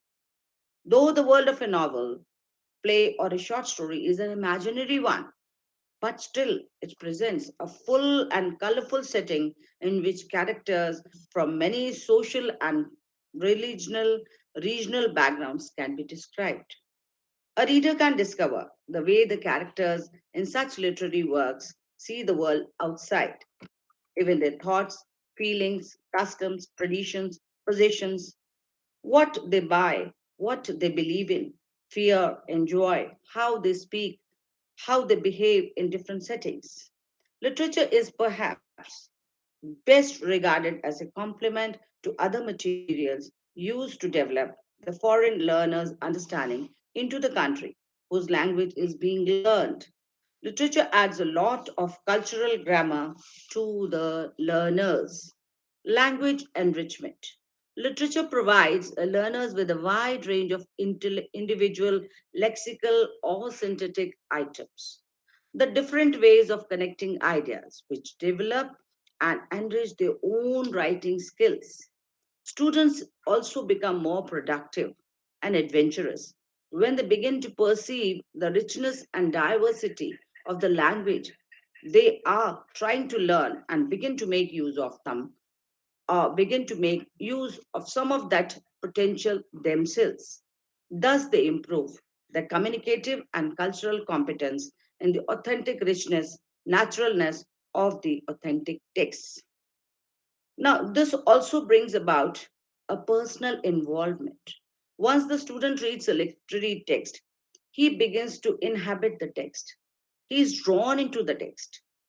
Understanding the meanings of the lexical terms, phrases becomes less significant and trivial. and the development of the story becomes more important. The student becomes enthusiastic to find out what happens as event unfold the climax. The prominence of the section of a literary text in relation to the needs and expectations and interests, the language level of the student is evident. In this process, he can remove the identity crisis and develop into an extrovert also. Now, I'm talking about some of the reasons for regarding literature as a potent resource in the language classroom. One, universality, non triviality, personal relevance, variety, interest, economy, suggestive power, and ambiguity. Because we all human beings are dealing with common things. Despite different culture, we have the way of treatment towards these things as common, like death, love, separation, belief, nature. The list is familiar. Non triviality. Now, literature does not trivialize or talk down, it is offering something which is authentic, personal relevance. Now, we very closely relate ourselves with ideas, things, sensations, events, and the reader's experience are able to relate it with their own lives. Now, literature includes within it all possible varieties of subject matter. Literature deals with themes, topics, which are intrinsically interesting because part of human experience and treats them in ways designed to engage the reader's attention. Now, economy and suggestive power. One of the great strengths of literature is its suggestive power. The first advantage that in each learner's interpretation has validity within limits. The second advantage is that an almost infinite fund of interactive discussion is guaranteed since each person's perception is different. There are no two readers who will have a completely convergent interpretation. This establishes that there is a necessary for genuine exchange of ideas. Now, criteria for selecting suitable literary texts in foreign language classes. The teacher should take into account needs, motivation, interests, cultural background, and language level of the students while choosing a text. Choosing books relevant to the real life experiences, emotions, or dramas of the learner is of great importance. Literature and reading. Now, ESL, EFL teachers should adopt a dynamic, student centered approach toward comprehension of a literary work. After comprehending a literary section at the literal and inference level, students are ready to do a collaborative work. Discussion deriving from such questions can be the fundamental or oral or written activities which will help the students. Literature and writing. Literature can be a powerful and motivating source for writing in ESL, both as a model and as a subject matter. Literature is a model for writing. Now, there are three main kinds of writing that can be based on literature as a model. One is control writing. Now, controlled model based exercises, which are used mostly in the beginning levels. Writing typically require rewriting passages in arbitrary ways to practice specific grammatical structures. For instance, students can be reporters doing a live newscast, or they can rewrite a third person's passage into first person from a character's point of view. Now, guided writing. This activity corresponds to intermediate level. Students respond to a series of questions or complete sentences, which, when they put together, retell or sum up the model. Students, in some cases, complete the exercises after they receive the first few sentences. Now, reproducing the model. The activity comprises techniques like paraphrase, summary, adaptation. These techniques are very basic. Literature as a subject matter for writing. Now, one benefit of having literature as the reading content of a composition course is that readings become subject matter for the compositions. In a composition course whose reading content is literature, students make inferences, formulate their own ideas, and look closely at a text for evidence to support generalizations. There are mainly two kinds of writing based on literature: as subject matter, writing on or about literature, and writing out of literature. These categories are suitable and useful for ESL and EFL. Writing on or about literature. Writing on or about literature compromises the tradition assignment, written responses to questions, paragraph writings, etc. Moreover, writing assignments done during as well after the reading, however, derive from class discussion. They take many forms, such as questions to be answered, assertions to be debated, or topics to be expanded, discussion groups to be established. Writing out of literature. Writing out of literature means making use of literary work as a springboard for composition, creative assignments, characters, setting, theme, and figurative language. Now, adding to the work, this comprises writing imaginary episodes, filling in scenes for offstage actions, etc. Changing the work. Students can make up their own endings by comparing the author's ending to their own. Short stories can be rewritten in a whole or taking a point of view. The drama inspired writing.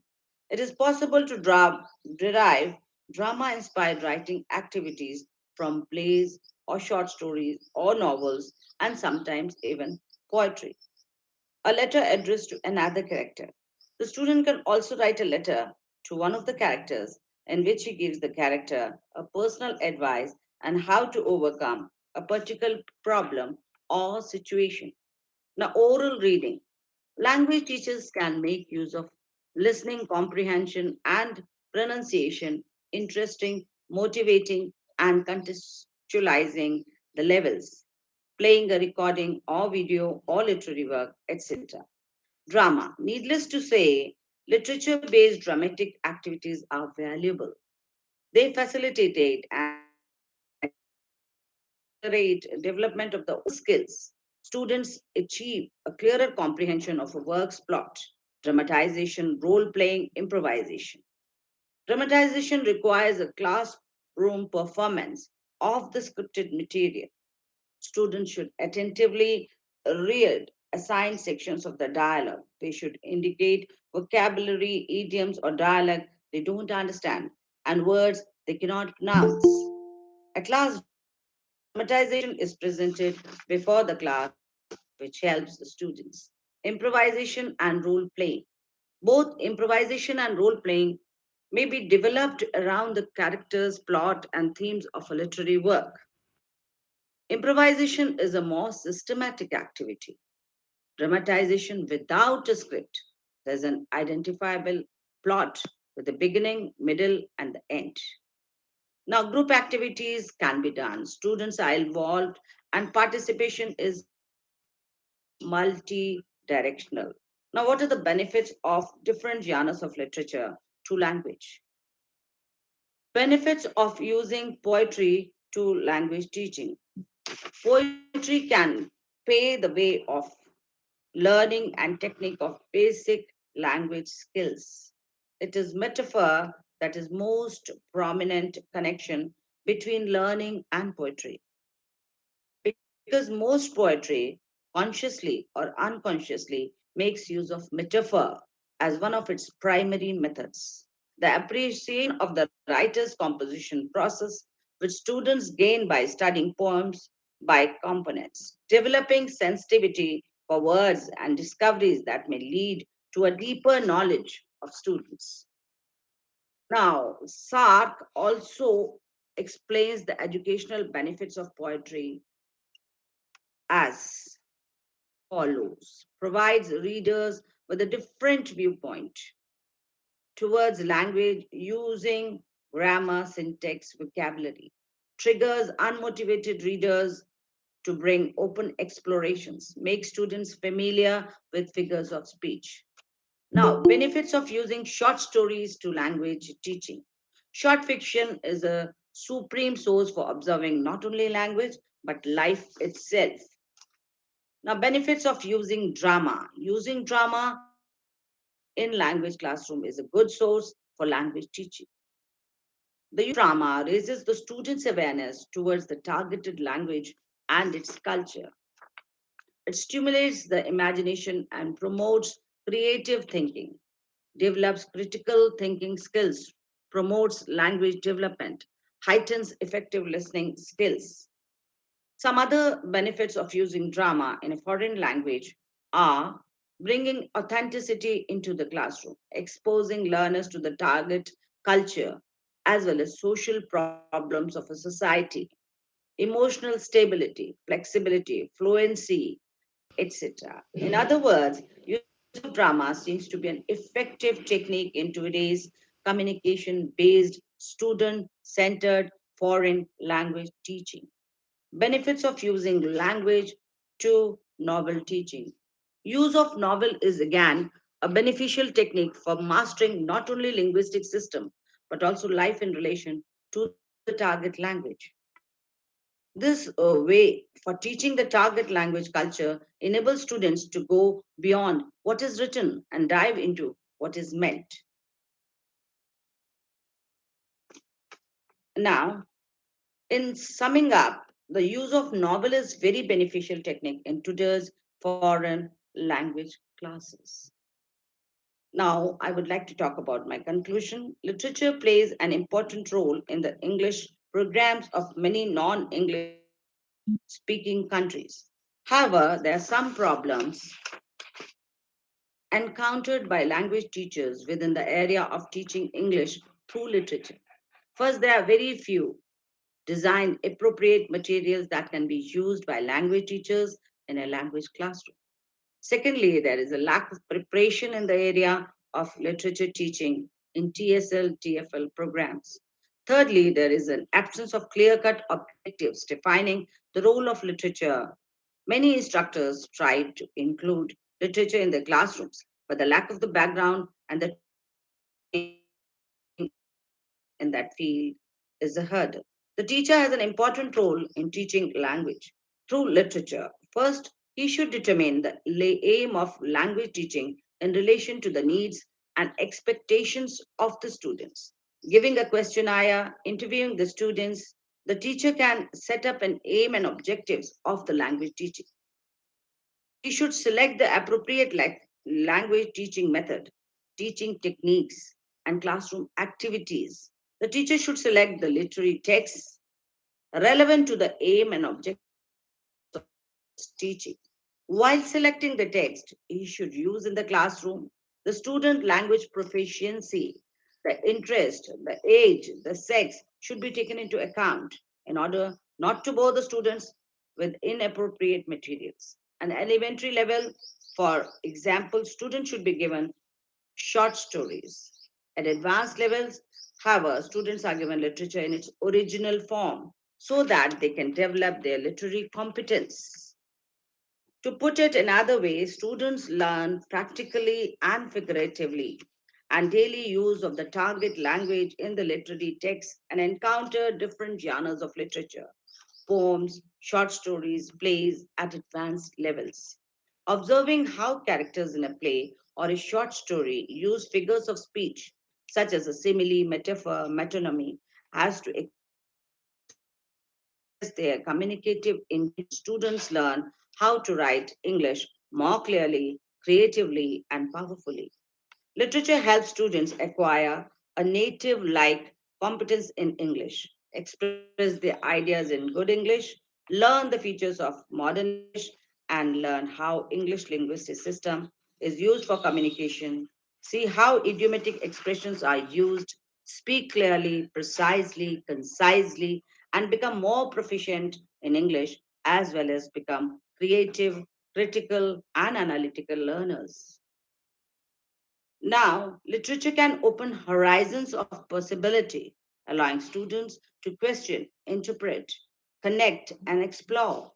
In sum, literature provides to students with an incomparably rich source of authentic material over a wide range of registers.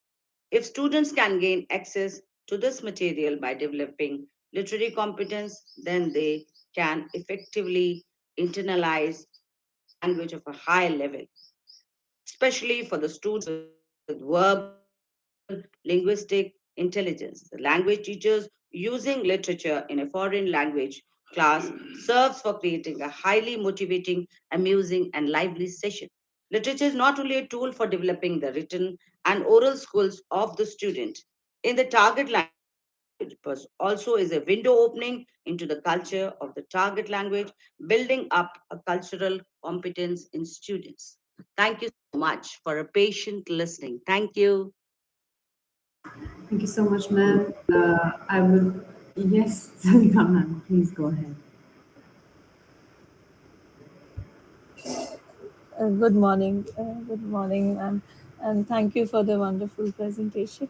I'm just curious to know, ma'am, you mentioned about selecting the texts and all that, but most of the times I think the constraints are too many on the teachers. So I understand. how do you propose we get around that? See, Like, actually, yeah.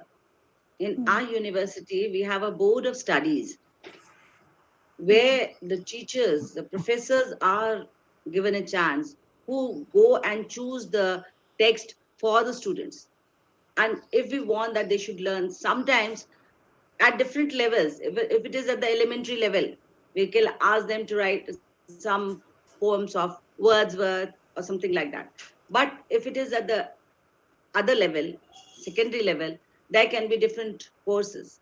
In our university, it is the board of studies which decides what kind of curriculum should be there, and the professors are there, so we can keep our state of mind. Yes. Okay, thank you, ma'am. Sorry, ma'am, to No problem, ma'am. jump. I was just opening the floor to the question Yeah, or for I questions. would like to answer to this question, ma'am. yeah.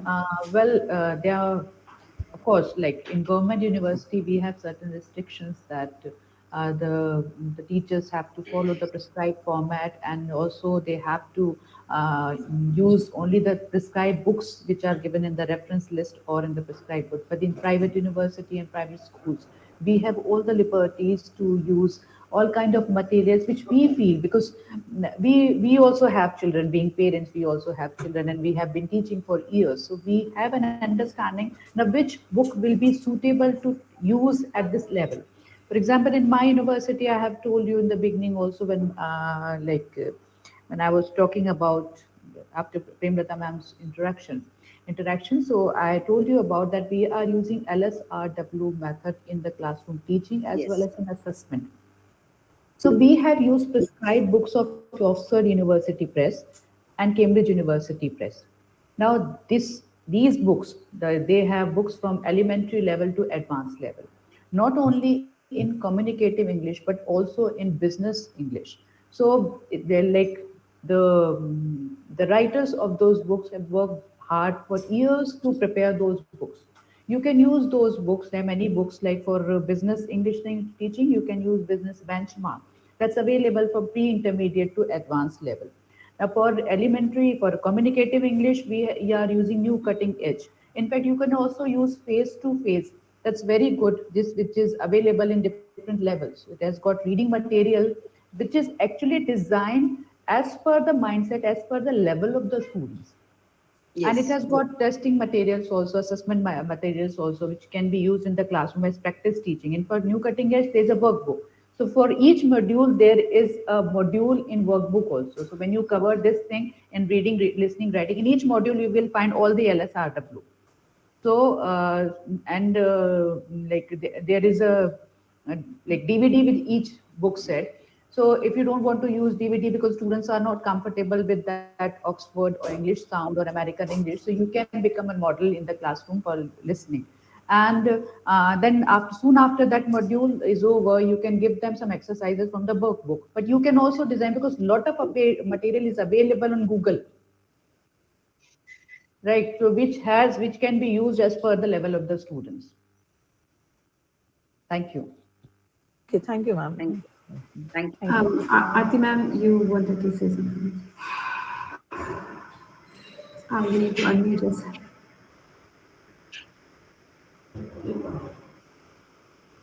Aarti ma'am, you need to unmute yourself. Yes, can you hear me now?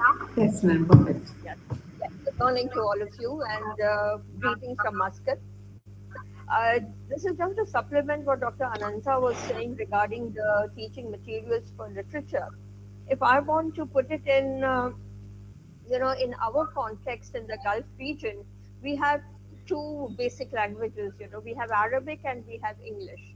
And in my own college, where Modern College of Business and Science, we have courses in world literature and introduction to literature. So now, what are the objectives of teaching these two courses?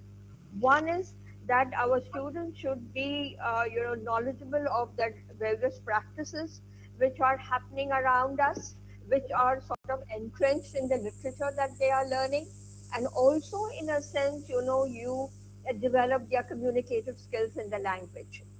So we are using even the translated English, Arabic to English, just as we have translations in India, we do use those.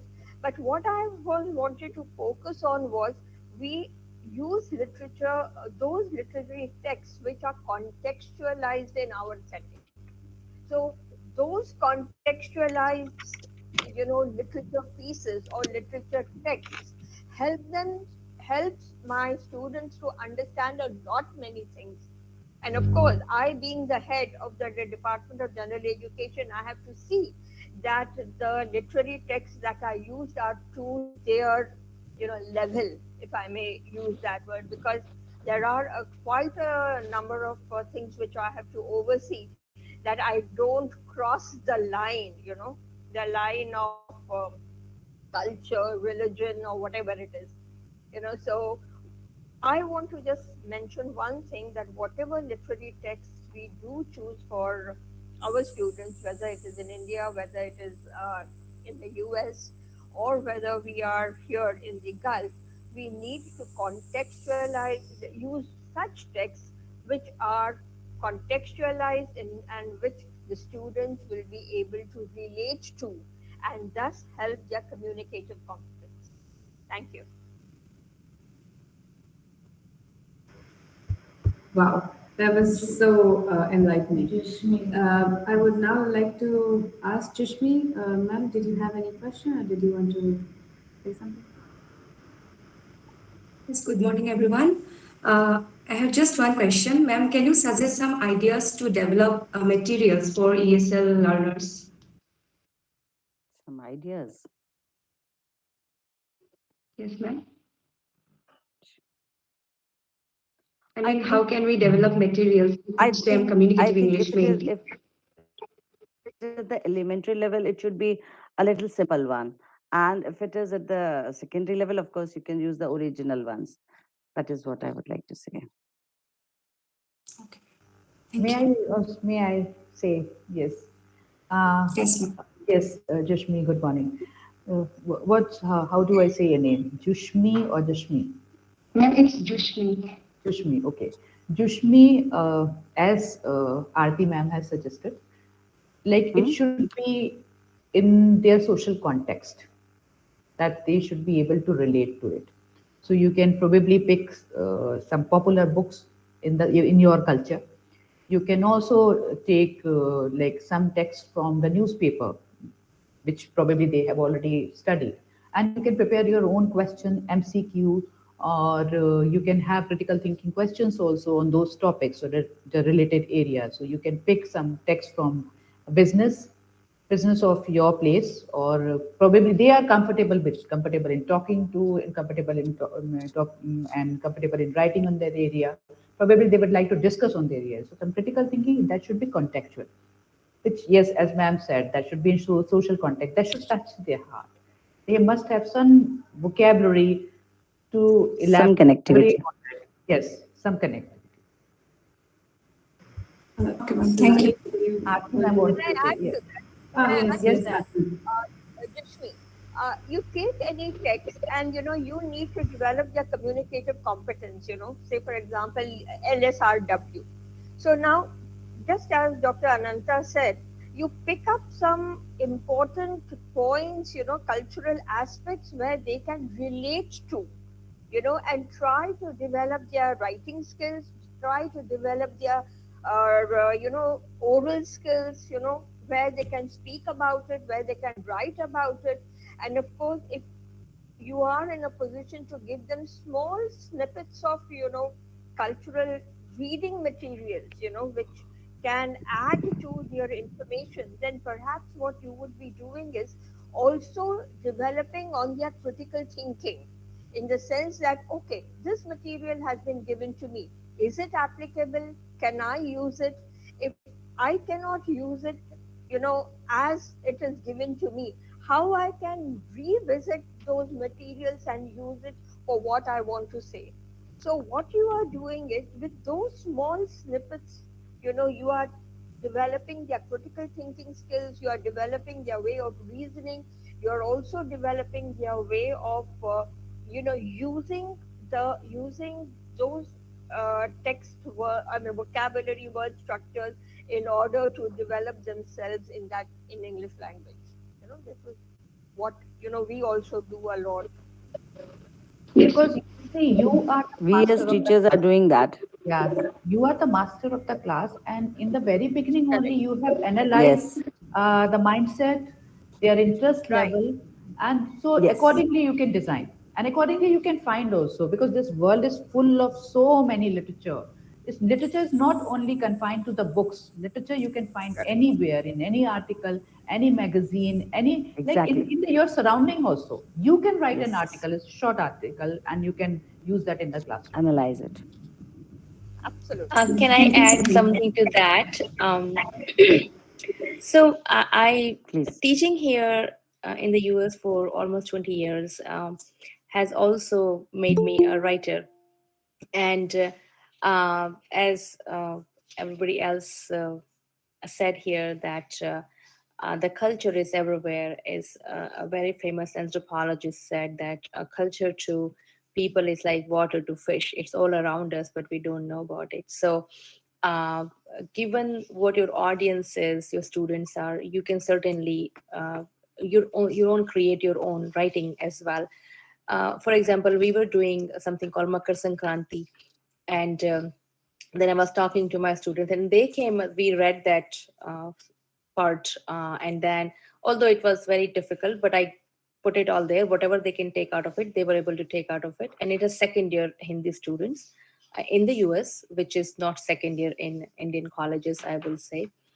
And they were able to connect that Makar Sankranti we know first crop in all across India, and they were able to connect that with what people do in other cultures.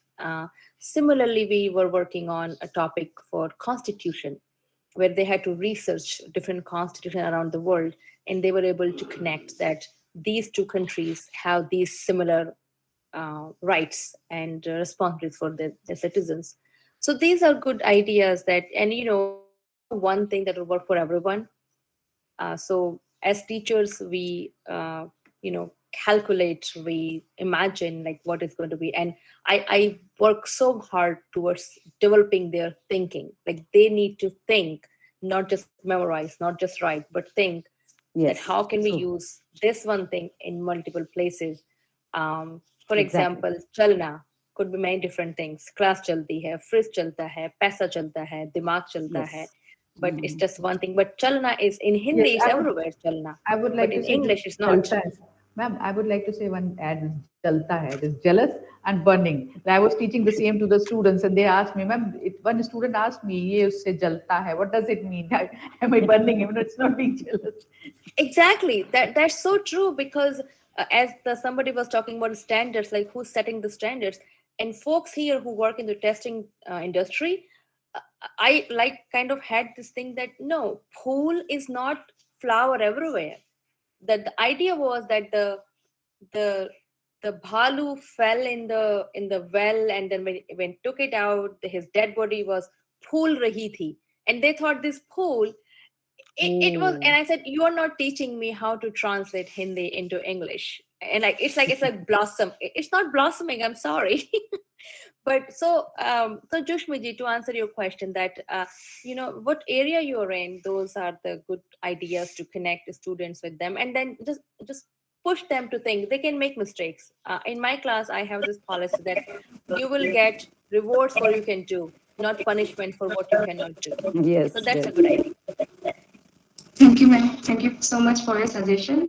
Ma'am, I have asked this question because I am working on this area. I'm pursuing PhD from my Guwahati University, Assam, and currently I'm working as an assistant professor in the Department of English, PNGB Government Model College, and I have studied in vernacular background where English is only taught as a subject only, not as a language. So, considering the problems that I have suffered in terms of spoken English, I would like to enhance their communicative English from the foundational level. So that's why I asked about those ideas. Thank you for your suggestions, ma'am. Thank you so Well, you much. can do for better than anybody else, because you are the first-hand experiencer of that part. So you will do the Yes, best job on that. Thank you. Good luck. thank you so much. Thank you. Ms. Sanari, you wanted to share something?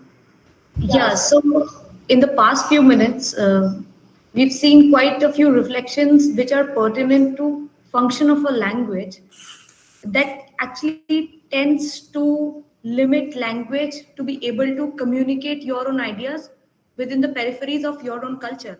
But what about the identity of the language which is unmeshed in the culture, and the changing identities, language and identities with the human? It's ambiguous and we are constantly changing. Global citizenship. What about that? When we are confining ourselves to contextualizing language at a nascent stage, but later on it has to speak truly to what the language that we are trying to learn, which comes from a certain culture. So how do we determine that? Where do we draw the line? And also fulfill this idea of language as transgressive, language as global.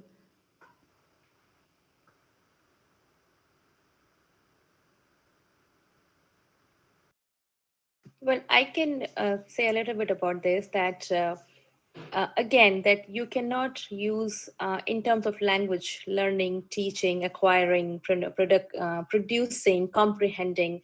Language has many different facets of all these skills that one has to acquire. You learn one thing and it is spoken in a different way by somebody else, then you're completely lost. So uh, I tend to lean towards the idea where students, again, the same thing, that the learners get enough of the material in the very limited time frame, that they're able to sustain some kind of short conversation, because language is not something that you can learn in 1 year or 2 years. You have to practice it, and the Yes. practice doesn't mean you read something, practice doesn't mean you listen to something, practice doesn't mean you write something. Practice means you actually talk to people who are the primary people who are users of the language, because you will find all the differences for all the registers in their languages, and the way they use it. So once you start understanding the humor, once you start understanding the metaphors, then you think, okay, you are there. And as my own experience in America, that I'm here for so many years, but there's still many things that I don't know. I know um, like a tiny part of it, but there's a lot that I do not know. So we cannot put language in a box in or confine it in four walls, Very or good. make it to like one book. You can learn this, read this book, and you will learn language. Like all these things, No. learn English in 1 week, learn Hindi in 20 days. Immersion, the immersion programs for a week-long immersion. There is no such thing. You cannot do that. Immersion is you have to immerse yourself. That requires you being the part of it, all the activities. And that's what I feel, and I strongly believe in Exactly. that. So I try to put my students in a position where they will be forced to use the techniques or the words or the vocabulary, and then they find their own as well. So I allow them to make mistakes, and like just speak. If words come to words, it will be wrong. That's it. And I'm here to make it correct. And like I was giving an example, one of my students was using asan for a space. He found that in the dictionary, and it's perfectly fine. So I said, we don't say asan कि वहाँ आसन था, we say वहाँ जगह थी या खाली जगह थी. And it's perfectly fine. And that's the time that will stick to the person that, yeah, I made a mistake and you can use this part. So thank you. So I would like to add to it, like as you have talked about, asked about the cultural identity of language. Now we know that we are always in a time zone. There was a dinosaur era. Now we are in 2023. So language is like we take it like to our heart. Now it's our Hindi language, it's our Urdu language, it's English or Telugu. Language is to communicate. As long as we are comfortable speaking in any language, even if we are mixing Urdu, Hindi, Arabic, English in our language, but yes, the other person is able to understand in that language, yes, we are able to, we that's aim, we are able to meet our aim. That's it. That should be our aim. We have so many things in our world. Language is to communicate science, literature. So language has been there to just to share the knowledge. So it has nothing to do with the cultural identity or its Indian identity or foreign identity or Arabian identity.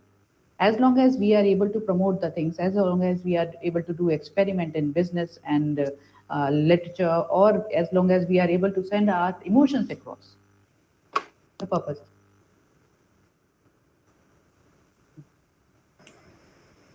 Wow, so our sessions are getting more and more empowering and enlightening.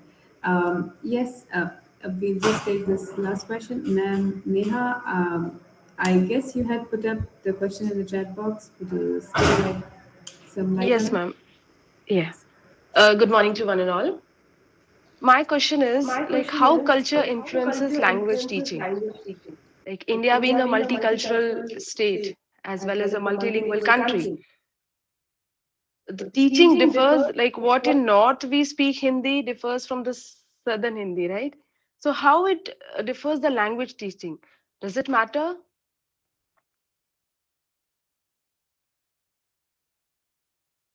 Repeat the question. It was echoing actually. I could not hear. Yes.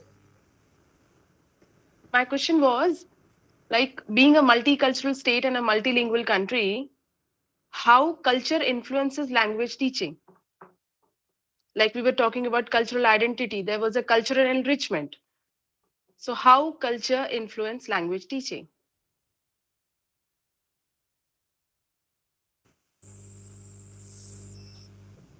Can I reply to that question? Yeah, sure. Yes, please. Okay, now it all depends what you want to convey through language to your students. You know, yes, I agree with you that the way the in a certain way, culture does influence language teaching. Maybe in the kind of examples you give, in the kind of, you know, say the projects that you give them or the kind of questions that you give them.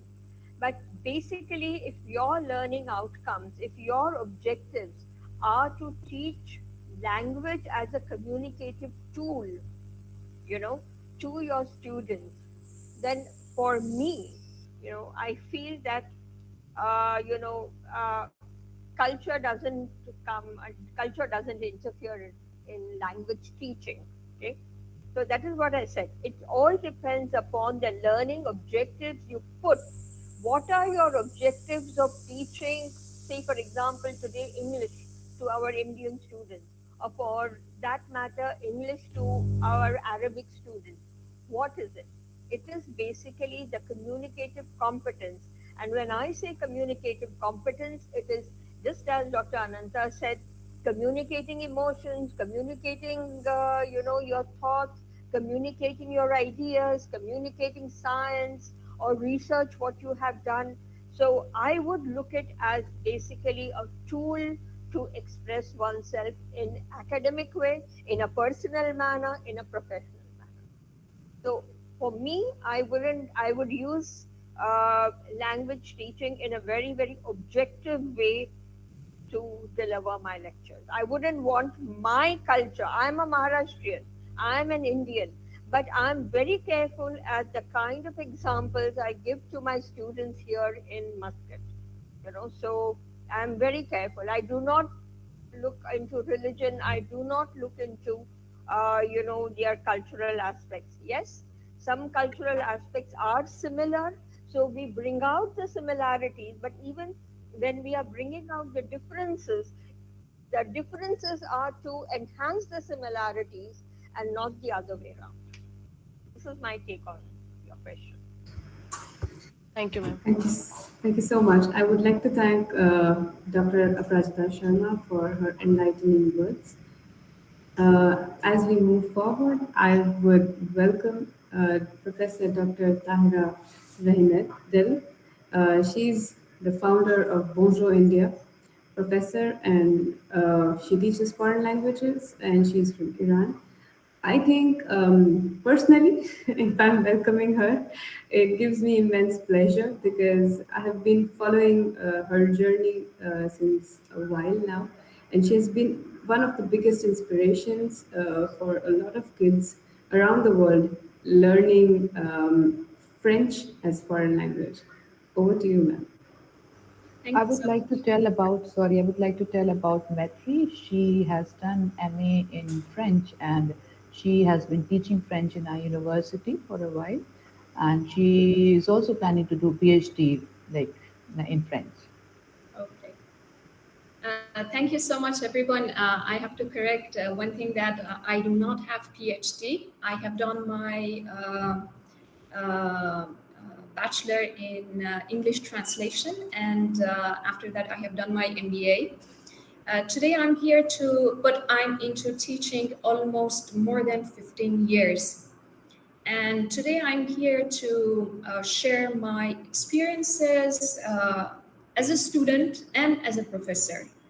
Right now, I'm collaborating with the University of Ahmedabad University in Ahmedabad, and I have my own institution. I teach four languages: Farsi, Persian, which is my maternal language. I used to teach English, but not right now, and mainly I teach French and Spanish. So today I'm here to talk about the challenges as a student I face and as a professor I'm facing right now and the solutions that I have come up with. In the first session, I usually ask my students that, what's your purpose of learning this language? Why you have come to me? And whenever we are at university or whenever we are at school, the answers are very different.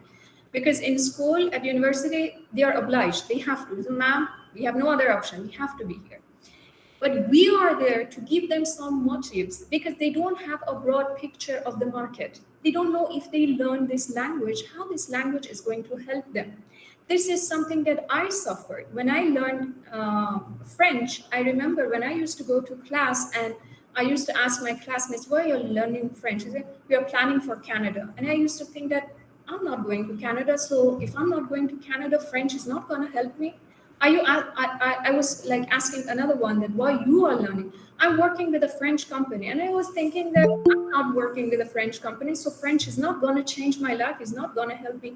So there was no one there to kind of enlighten us, to give us more information that, if you learn this language, it's an opportunity for you for your future. That's why I was not very curious to attend the class, because I used to think that I'm not missing anything. These people, if they, my classmates, if they don't attend the class, they are not going to go Canada. And me, if I skip the class, what I'm going to miss? Nothing. So that's why we have to, though they don't have any motivation, though they don't have any picture of how this language is going to help them, we are there to help them, to explain them how this language is going to help you. For example, when it comes to French, I ask my students that, do you know there is an opportunity if you do, for example, 7 months of French and you get your B1 level done, you can go to France and you can be English assistant in a school and you are paid for that. Do you know about this opportunity? And a lot of them say, no, we don't know, because they are not in that market. I am in that market. I know this opportunity exists. So it's a kind of motivation for them. Oh, so if I learn French, there is an opportunity. And they ask, ma'am, is it very hard to? I say, no, apply this year, next year you're in France. There is no queue. Apply this year, get your B1 level done, your IELTS done, and go to France and be there. 1 year you can explore Europe. And I explain, sometimes I organize some workshop, and I ask my students that they have gone through that program to come and explain. I invite my students that, they are working with companies like Amazon, for example, Amazon India. So we have to, this is something that, I always motivate them, that it's not about going to Canada. It's not about going to France. Even if you want to stay in your own country, based on knowing the second language, you can build up your future. I give them even the salary rate also. That, if you learn this language, initially you can earn this much. So it should be completely clear for them. They think that, okay, if I know, for example, French house, I'm going to earn, for example, 30,000, like my teacher who's earning 35,000 in the school. And you have to give them a broader picture. No, you can earn more than that, 2 lakhs, 3 lakhs. And I have example, and I have asked my students that they are earning that amount to come and to be in the class and to prove them that, I was like you and I learned this language and I'm earning this much and I'm a fresher. So this is first thing that usually I do in my class, that, to motivate students that, now that I'm here, I want to put my 100% for learning this language. This is the first thing. The second challenge is the challenge of the system. I think that everyone mentioned about this challenge that, whenever we are in the school or in some few universities, they usually, impose their method of teaching, their system on us that, you have to finish this course in 50 hours. You have to teach this book. You have to teach twice a week. That makes it kind of difficult. And it's very sad that, we are spending so much of money, time, energy on the students for nothing. It's very sad that the students in India, they start learning French in most of the international schools from, if I'm not mistaken, from 4th, 5th standard, they start learning French till 10th, 11th standard. And at the end, you're not able to form a sentence. It's waste of time, waste of money, waste of energy. And more importantly is transferring a message to students that you are not intelligent enough. After 7 years, still you are not able to build a sentence. And we are not blaming the system, that the system is such that the students are not able, after 7 years of wasting time, they are not able to speak, to form a sentence. And you may say that, what can be improved in the system? Because today we are not here just to criticize. We are here to come up with solution. Okay. One of the issues that we have in the schools and universities is the number of students in the class. 50 students in conversation class, 100 students. I had 100 students in one conversation class. Impossible. And we are not magician. We are not magician. Okay. Or one of the issues is number of students, number of hours that they are asking. For example, in 50 hours, you have to, for example, finish certain levels. One of the issues is the scoring system that gives a wrong message to the students. For example, there was a university in Ahmedabad that they used to say that if you score out of 100, 35, you can clear that subject. What message we are sending to the student? You don't need to study. We are there. We are there. And even if the students, they would have not scored 35, university was there too, and they used to always pressurize this, ma'am, can you do something that, they clear this subject? I said, I'm not doing that. And they used to do it on their own. So, and it's not about one, the example is not about one university. I have experienced it in one school that a few students, they failed. According to me, they failed. Next semester, they came to me and said, ma'am, thank you so much. We cleared it. I said, what? And then later on, I came to know that the school, they have changed the score. And so what message you are sending to the students? No need to study. Okay, so this is something that needs to be corrected in the system. One of the things is the issue of the demand for second language is increasing tremendously in India. We are talking about schools, universities, businesses, and unfortunately, we have less number of people who are qualified to teach the language. We have a lot of people that they have certificates, but when it comes to teaching, they fail. Most of the school, I don't want to exaggerate, in Ahmedabad, all this international school, they teach French and English. Because I'm running institution, I have students from different schools. When I ask them that the session is going on French, they say, no, ma'am, everything, Sir is explaining everything in English. And it's very sad to know that I used to go to school in Ahmedabad 6 years back. A couple, they used to teach French without knowing ABCD of French. Without knowing ABCD, 5 years they used to teach in the school. So it shows that we have lack of teachers, which is a good news to those who are motivated to learn a new language. It means that we have the market. There is a great market for learning new language. But on the other hand, we need qualified people to be hired in the school. One of the things that most of the teachers, they complain about is the salary. Today we were discussing about, including poems and including stories. And do you think that someone for 200, 250 rupees will waste time on internet looking for materials? I have 500 students at the school. I have to teach them. After that, I have to check their papers and a lot of responsibilities that the school is giving me for 30,000 rupees. So one of the issues needs to be addressed is the salary. So these are not something which is not feasible. We have good examples of teaching second language efficiently in Gujarat. There is a school, unfortunately, I don't know the name of the school. There is a school in Rajkot that they teach students 2 languages, not only French. They teach French and Spanish from 3rd or 4th standard till 10th standard. They hire the native speakers. They spend money on that. They hire native speakers. They bring them to Rajkot. Kids, they have every day they have Spanish, French, they study. They are in touch with the language every day. And I think when they reach to 8th standard, they have the option of studying one subject, one whole subject in that language. For example, mathematics in Spanish, or for example, geography in French. Okay, so these solutions are there. The only thing is the system has to spend money on that, spend time on that. So this is something about the system. Now let's go to the method of teaching. One of the issues that I have seen among my colleagues is they don't believe in method. They don't believe in books. They believe in their own invention.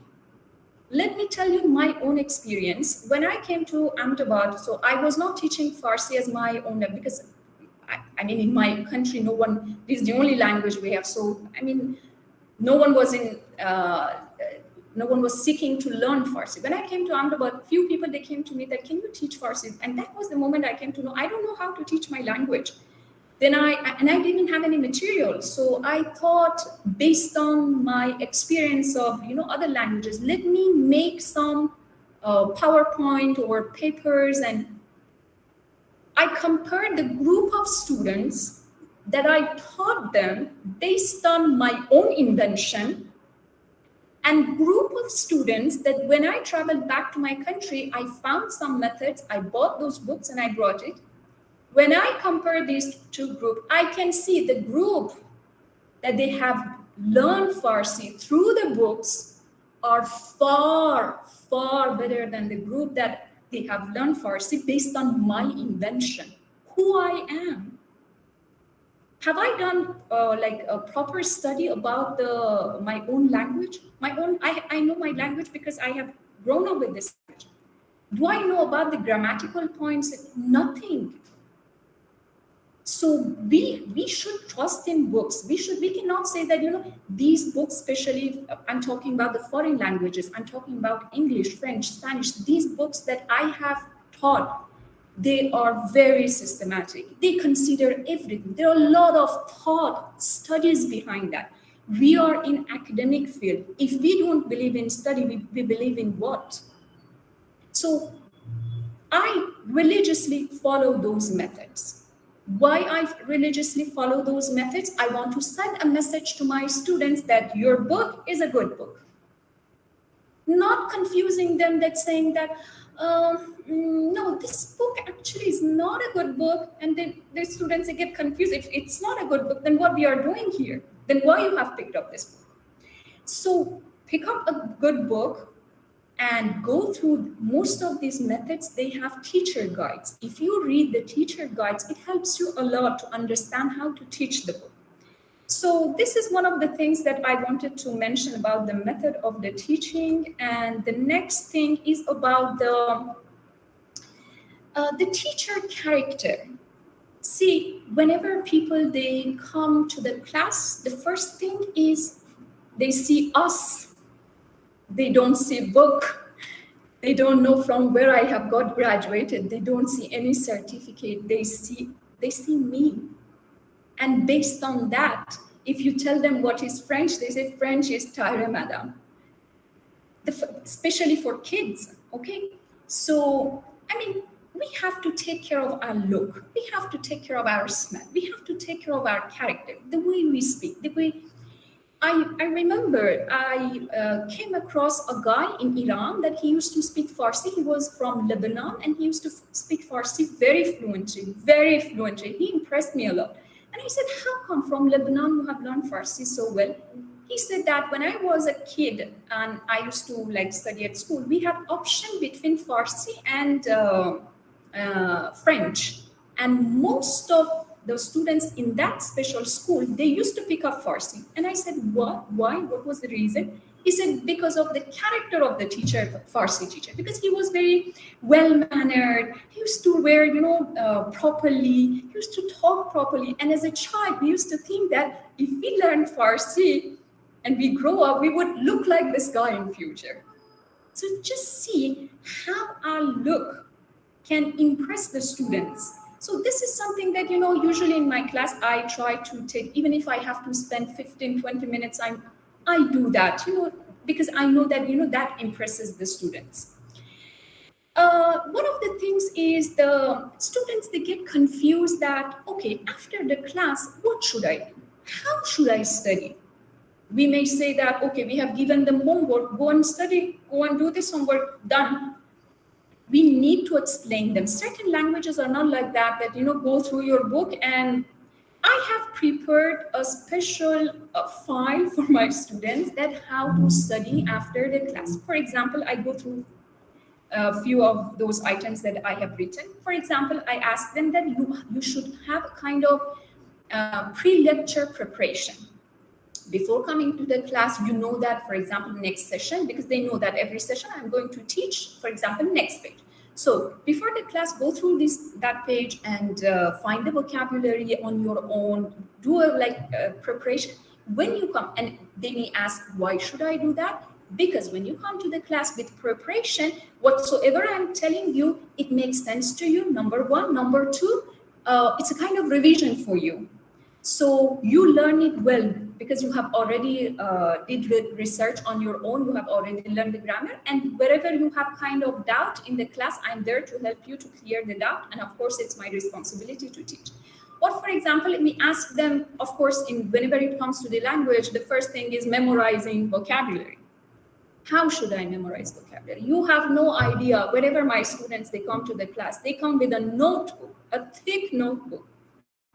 And they start from page 1, and after 20, 30 sessions, it is full and they have to change their notebook. And whenever I ask something, they say,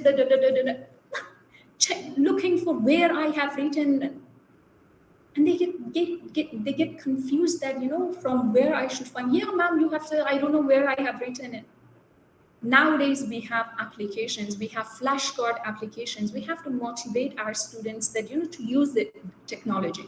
I remember when I used to learn English, there was no this flashcard, there was no smartphone at that time. So we didn't have this flashcard. So I used to I had 2 plastic bags that in one, I used to whatsoever new vocabulary I used to learn, I used to write it down on a piece of paper, putting it in one plastic bag.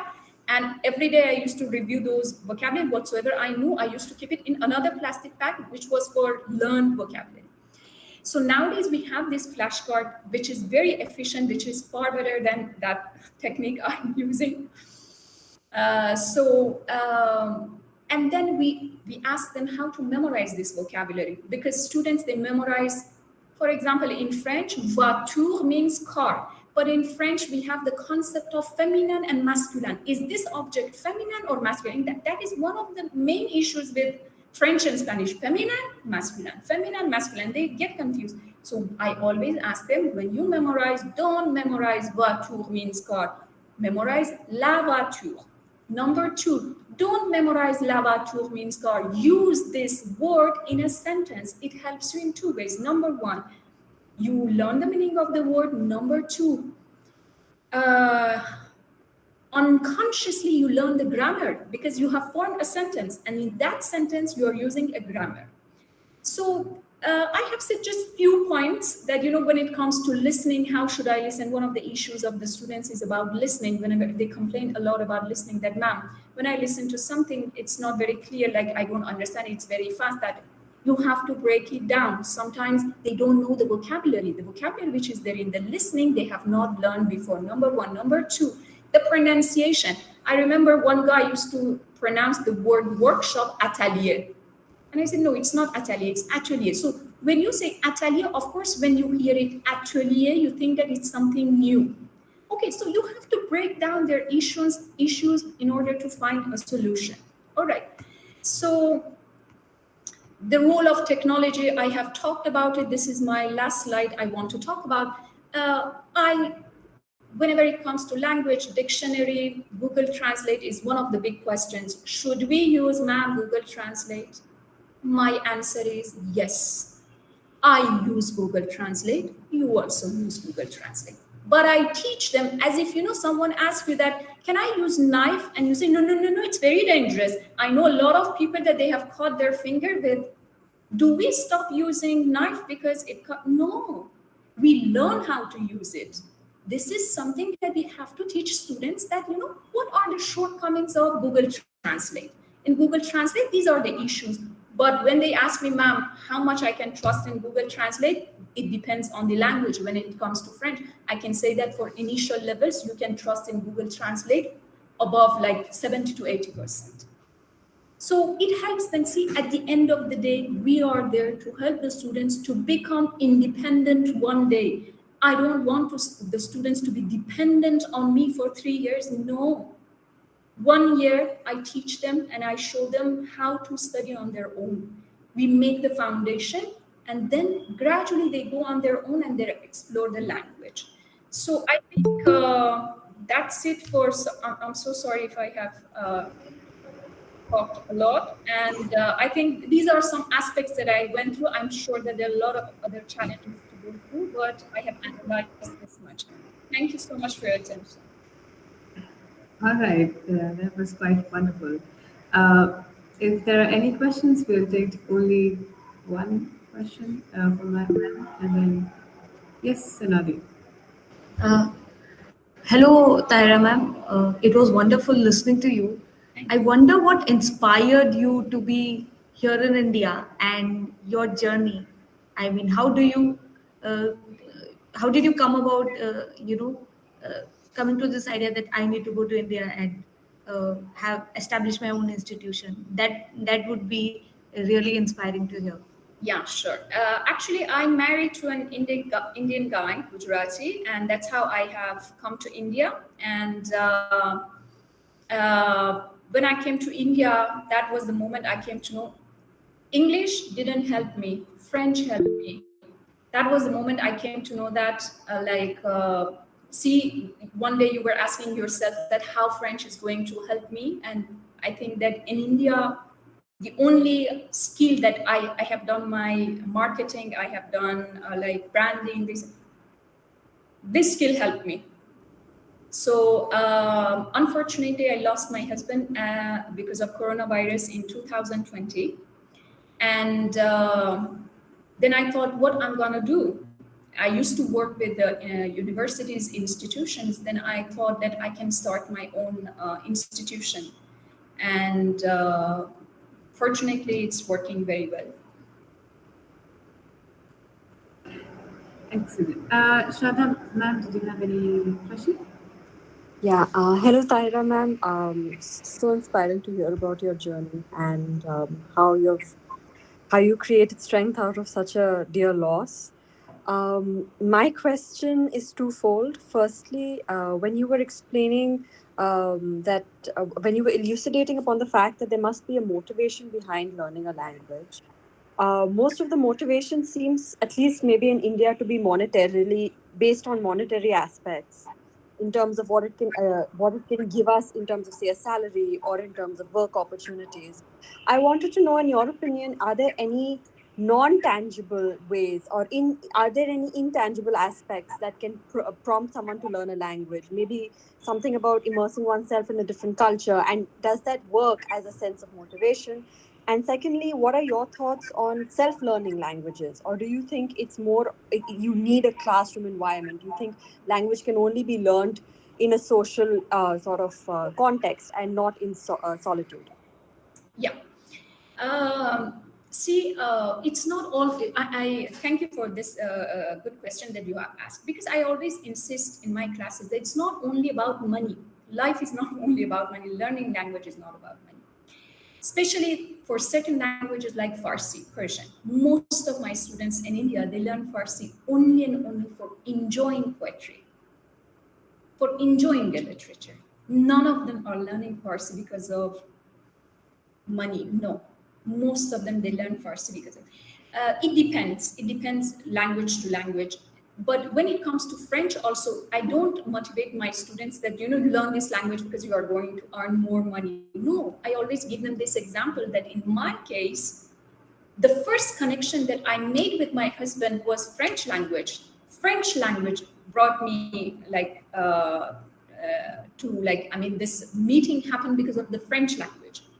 So it's not only, and we always tell them, about the cultural aspect of learning language, that, whenever you go to any exhibition, if you come across anyone who speaks a different language, so it gives you a kind of platform to improve or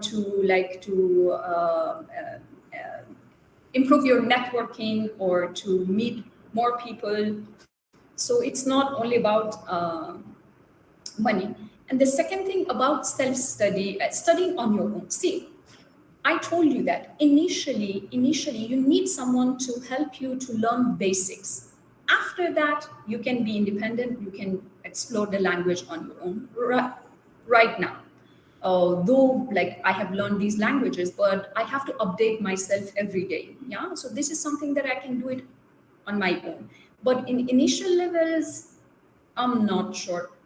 I have not seen, or rarely I can say I have seen someone who has learned a language without taking classes. It takes a lot of effort, a lot of time. So, I mean, I believe that when we have efficient way of learning a language, why explore it and spend a lot of time on our own? Yeah, actually, ma'am, that was the second part of the question was personally motivated because I finished my B2 from Allianz and I'm struggling to finish my C1, and I was on the cusp of deciding whether to go for classes or learn on my own. You can do it on So, your own. You can absolutely C1, C2 level is something. Even I have done my B2 on my own. I have done I my see. B2 level on my own because when I reached to B1, I came to know that the grammar is kind of over. After that, it's mostly vocabulary. So I said I can do it on my own, and I did it.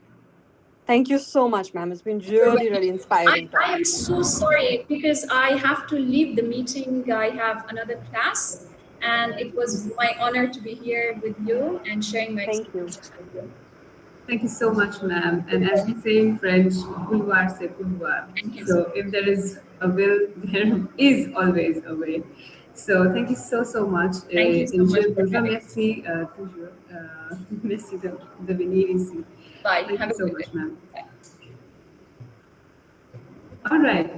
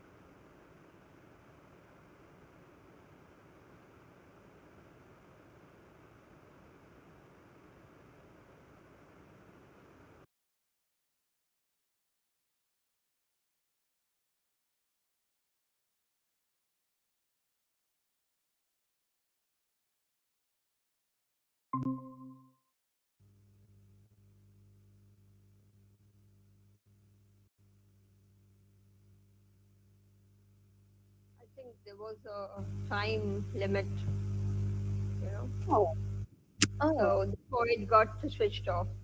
okay. That is what I feel. Uh, okay, I am so sorry about this mishap that happened. So I would like to welcome Dr. Professor. Just give me a second. Sorry about that. Yes, Professor Dr. Aarti Majumdar, Head of the Department of General Education at the Modern College of Physics and Science, Muscat, Sultanate of Oman. Over to you, ma'am. Can you make me the co-host, please, so that I can present? Yes, I will tell the technical team. So before that, a formal good morning to all of you from the Sultanate of Oman, and thank you very much,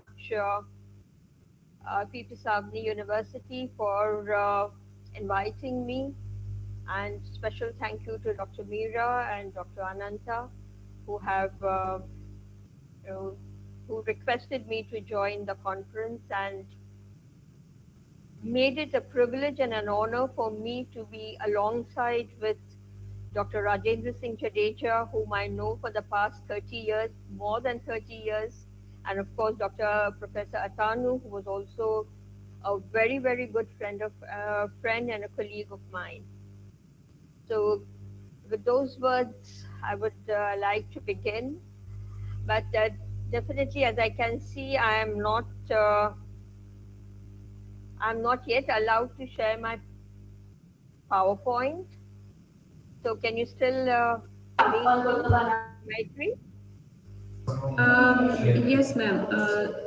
Ma'am Sonali is just looking into it.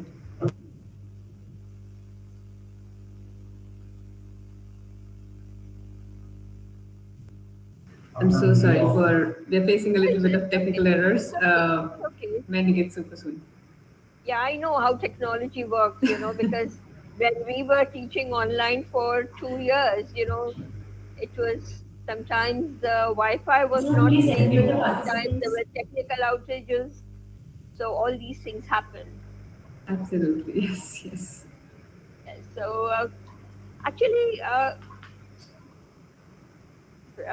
the things are going on, just let me give you a small introduction of myself. I was in teaching in Baroda at MS University, Baroda, for in the Department of English for 25 years. And it is only as late as 2014 that I have shifted to Muscat. And the I would say my introduction to ELT was definitely in Baroda at MS University, which was honed also by H.M. Patel and with interactions with Dr. Jadeja and so many other things I have learned. So, with that brief introduction, rather, it took me a long way. And when I went to Muscat, I thought that whatever experience I had gained in Baroda actually stood me in great stead, where now that I am teaching. And basically, I specialize in writing skills, which my college requires a lot. And here I am as an employee of Modern College of Business and Science, teaching academic writing, teaching world literature, teaching introduction to literature, and many other courses, intercultural communication, interpersonal communication, to my students who are basically majoring in statistics, business, computer science, cyber security, and information of things, etc. So, with this small introduction, just let me share my PPT with you. Uh, how do I share this? Because the first time I am. Ma'am, there will be a box with the up arrow. Yes, I did that. Does it give you anything? It Share tells with me audience. share, but then what do I, it doesn't take me to my PPT. Yeah, ma'am. So share it with PPT, I believe. It should be the next option. Okay, let me check it out. Sure, Aarti ma'am, can I help you with Can it? you, yes, please help me with it if you can. Ma'am, in the below button, that you will be seeing a red button for ending the leaving the call. Uh, there is a left side, or to it we have left side three dots. To it, to left to it, we have present now. Do you get the option present now? Yes, I got that upward arrow. Yes, just click on that. Okay, just let me try again. Upward arrow. Yeah, you will be getting three Okay. options: your entire screen, a window, a tab. Sorry. You will be getting three options over there: your entire window, and a tab. Are there three options available? Your entire screen, No, a I'm window. getting a whole set. I'm getting cast this meeting, whiteboard, change layout, No, etc. no, no, not that one, ma'am. It is in the middle. Okay. Okay. Uh, Whiteboard the thing is on up right hand arrow. side. The Yeah. up arrow. Yes, the up Okay. arrow beside the smiley and three dot Okay. Yes, I got it. symbol. So Yeah. what do I?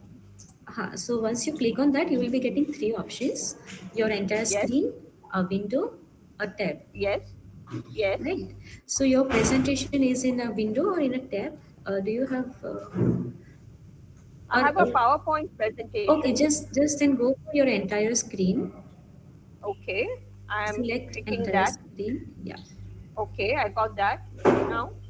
Uh, but your PPT, I mean, your screen is not visible to us yet. I don't know. Just a second. Ma'am, Yes. we can do two things. Either you email us the PPT, Yeah. we'll share your PPT from here, or Okay. you can run your presentation without a PPT. You are a wonderful speaker. I have listened to you quite often. So yes, I can't speak. That's not so an issue let at this be all. without let this be without PPT. We would like to Okay, listen to you. okay. So, can you see me now? Yes, we can. Okay, okay. So at least I have the PPT in front of me, and I can, Yes. sort of. Sorry to interrupt. Sorry to interrupt, ma'am. Yes, One more yes, last try we can give. If you can yes, please try please. once, one Yes, last time will be fine. Just click on yes. the arrow button, present now. 1 minute. Let me go back to uh, the 1 minute. Yeah. Yes. What do you want me to do? Click on the present now tab beside the Okay. smiley Now, icon. Yeah. uh, Then your entire my. screen. Yeah. 1 minute. Yeah, yeah, sure. Three dot. No. Three dots again. No, ma'am. Beside to that, up arrow. Oh, yes. Present now. Present now. Yes. Now. Entire screen. Okay. Have you clicked on it? Yes, I have. Okay. No, still we are not getting your Okay, never mind. Never mind. Let's not waste time because we have other right. Right. sessions also. So no Okay. issues at all with me. So okay, can you see me? That is one thing. Yes, ma'am. Absolutely. Okay, We can okay. see you. We So can as listen. long as you all can, okay, as long as you all can see me, it's fine.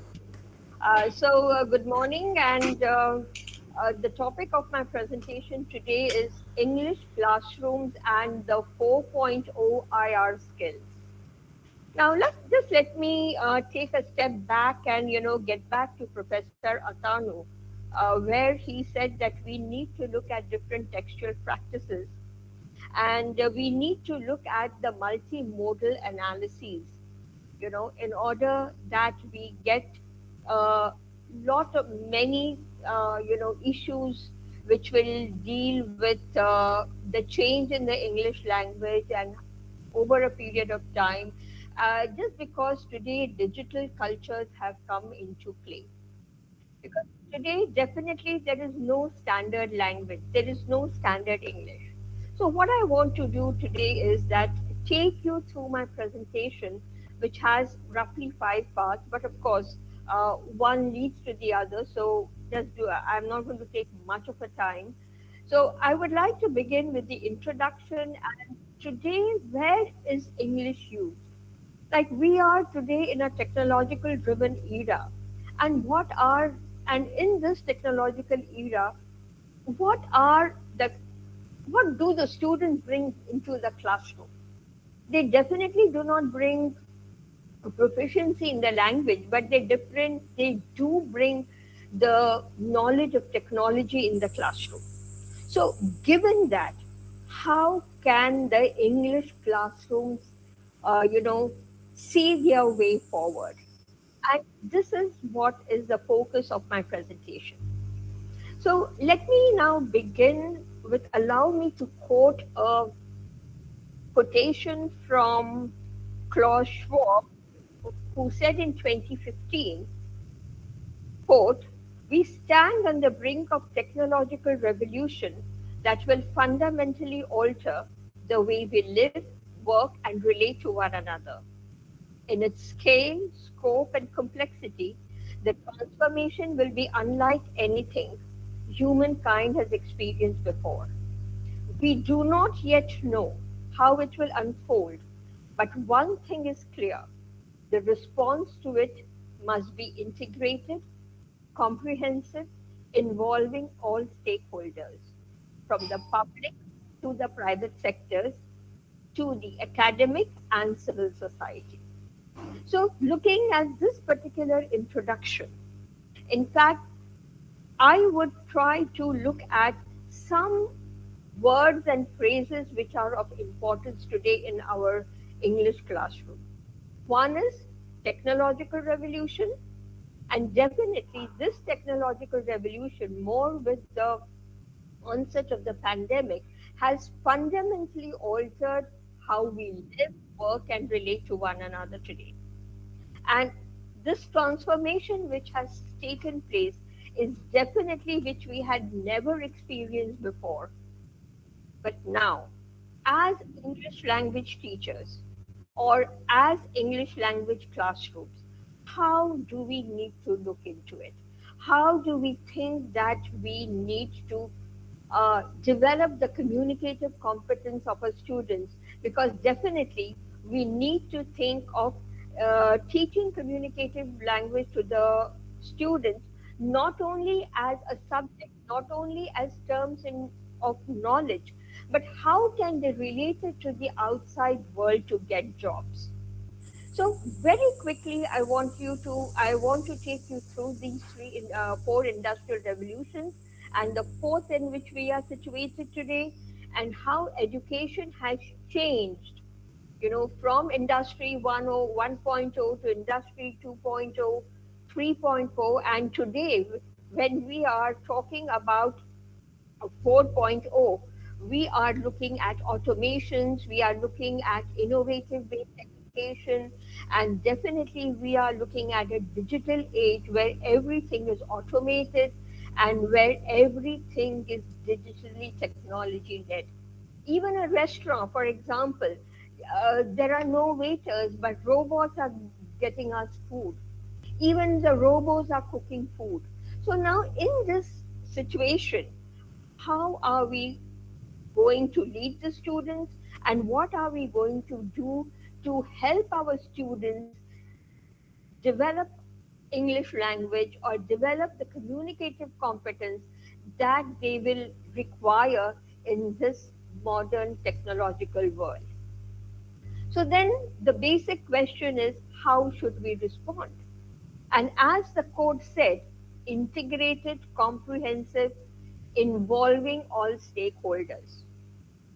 Now, let me just pause for a while and just, tell you that the concept of education has changed today. How is success measured? What do the employers want in the students?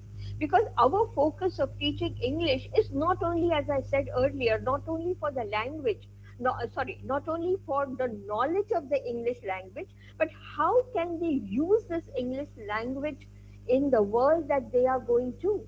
Just now in the last session, we had a discussion on how the students can be motivated to learn language for an objective that they are meeting. So, how is success measured today? Okay, today's success is not measured in terms of what kind of marks they get in the examination or the GPAs they get, but it is measured in how successful a student can be in his life. Even 99.9% percentage of marks that a student gets in his CBSE examination does not allow that student to get the best, to get admission in the best of the schools and the best of the colleges. So what good is those 100% marks? But what definitely defines him, but what definitely says is that how successful he has been in his education to lead him to a better life. Similarly, what are the expectations of the market today? What is the expectation of the employers today? Today, employers do not need graduates with knowledge, but they require graduates equipped with skills, because skills are transferable. Subject knowledge can be got when you are doing hands-on work, but definitely if skills are not there, then it is difficult for the graduates to adapt itself or to adapt themselves to the work culture and move ahead in his future growth. So let's understand. Now, English, how do we view English in this technologically driven era? One, internet has changed the entire informational medium. It has become central to the informational medium. It has transformed the way we learn, teach, and communicate. And next is the social media platforms. Take Facebook, take Twitter, take any handle, social Instagram. What happens is There are exchange of thoughts and ideas, but how are these thoughts and ideas? They are through posts, they are through tweets, they are through comments. And each one of them, of course, has certain characteristics. One, there are it's quick social interaction. Number two, there are restrictions on the numbers of words used. So, given these two characteristics of internet, causing quick social actions and then the exchange of thoughts in restricted number of words, we are seeing a emergence of a new genre of short stories, or called short stories, or the birth of a new English dialect go to called text speak. So now, given this, let's understand we are in the midst of a dawn of a new era of English language and literature. Given this new trend, how should the English classroom deal with?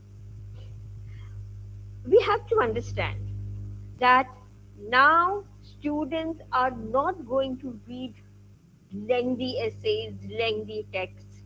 They are going to read blogs, they are going to read any text in a truncated form or in a miniature form. Or even the readers, they do not have an expanse of attention. You have diminishing attention plans. So, given this, what is coming into the classroom, what should the English teacher's response be? For me, the first thing we need to do is to revise our English curriculum. I do not mean to say remove the literature, remove the text, remove the grammar, remove all the activities that we are doing. I don't mean to say that. But what I mean is we need to prepare a curriculum, we need to create a curriculum to make it more skill based. And these skills that we want to develop in our students, we have to see that these are reflected in the learning outcomes of our syllabi. So the student should know that we are studying this and we are developing this skill for this outcome. Just as the previous speaker said, that why am I learning French? What is the objective for me to learn French? What is the motive behind me? Am I going to get a job? Is it just for understanding the culture? So similarly, your learning outcomes in the syllabi tells the student that these skills are being developed for this particular purpose. Given this, which approach and methodology to follow? Because this teacher definitely needs to follow a particular approach and follow a particular methodology in order to arrive at the learning outcomes which he or she has reflected in the syllabi.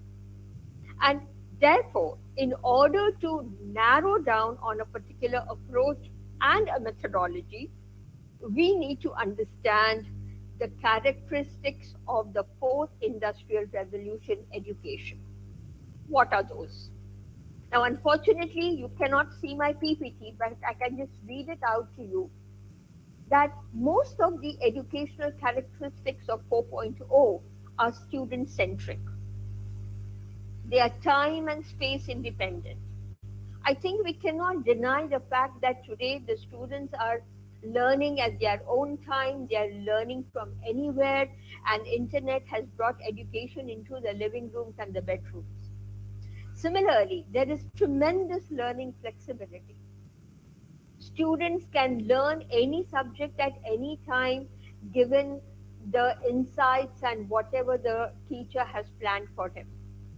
There is tremendous amount of data available on the internet which he or she can interpret according to the context he or she is learning the language. Then there is no examination. Nowadays, the concept of the final examination is moving away to continuous assessments where the student is always a formative test and quiz and not a summative exam, which usually we had earlier. Next, it is guidance oriented. Teachers are facilitators, and definitely it is considered as the self directed approach to learning. Not only this, but this also gives rise to certain digital skills and certain humanistic skills that this 4.0 education demands. And what are those humanistic skills? Complex problem solving, critical thinking, creativity, people management, coordinating with others, emotional intelligence, adjustments and decision making, service orientation, negation, negotiation and negation, and cognitive flexibility. Now, given that these are today's skills that we want to develop in our graduates for their professional and personal growth, what is the way forward? According to me, this is my personal approach. I would follow a constructivist approach based on the theories of definitely Jean Piaget. When we talk about the cognitive structures which are always under erasure and always under growth, and given that the Vygotsky's social interaction theory, I taking both these theoretical approaches into consideration, my way of looking forward in developing English language in our students is project-based learning. And both literature and the language curricula both lend to student projects. And how does it learn? How does it lend itself? Now, in literature, we have numerous, just as we spoke about literature. Dr. Parajita was talking about how literature can be used in language learning. So, similarly, there are so many truths, and as I said also, that whatever literature you are using needs to be contextualized. So we need to have projects even through literature texts where universal truths are embedded. There is always a visual adaptation, characterization, plots and subplots, narrative strategies, cultural practices. So many small projects can be taken up through these literary texts. There could be a comparison and you know creation of projects. There could be comparison and contrasting, or there could be, as I said, visual adaptation. So there could be numerous, but not how about a language classroom? Now let me tell you, I just gave you an example that I basically teach literature as well as language.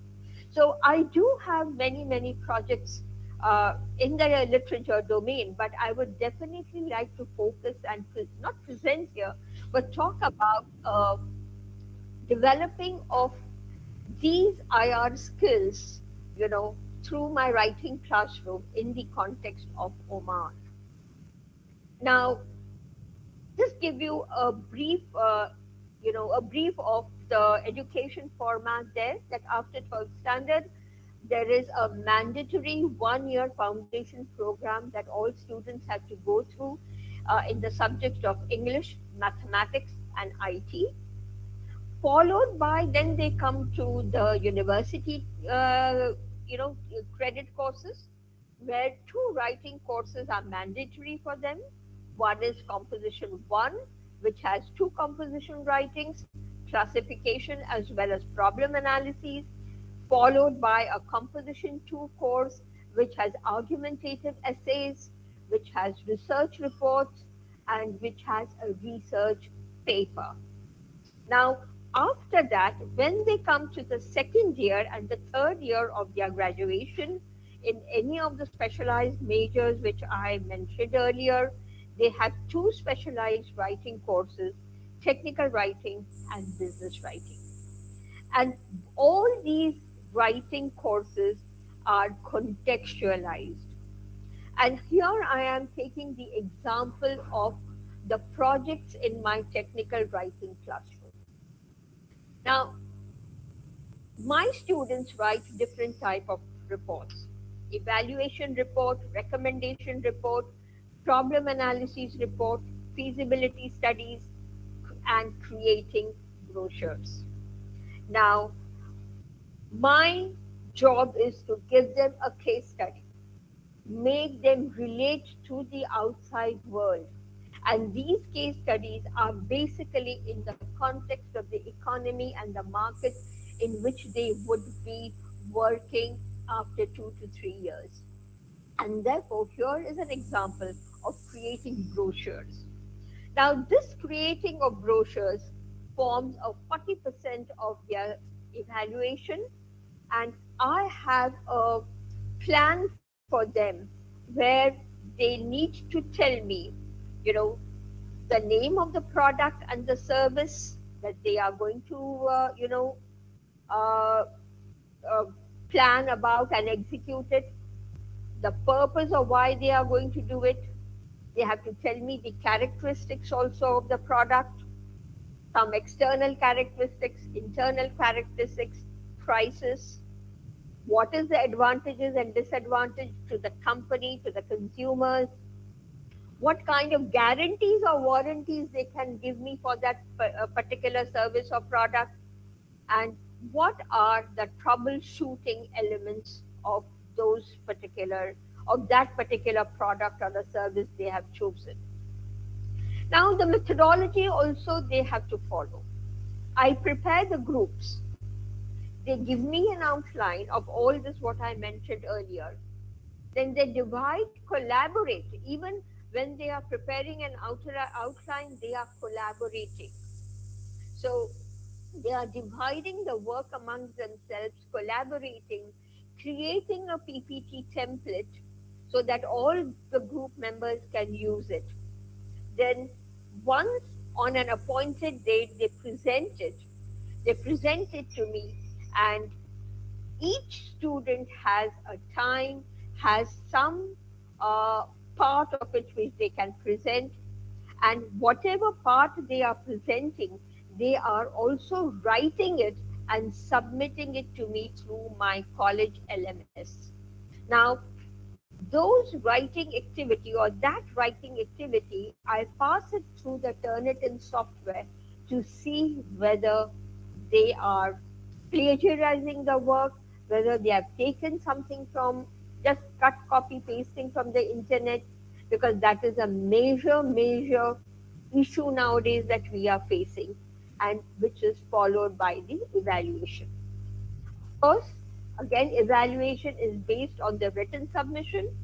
It is also based on their presentation, and it is also based on the whole uh, group work and the brochure that they have, sort of created for themselves. So, in this project, what IR, or rather, which IR skills have they achieved?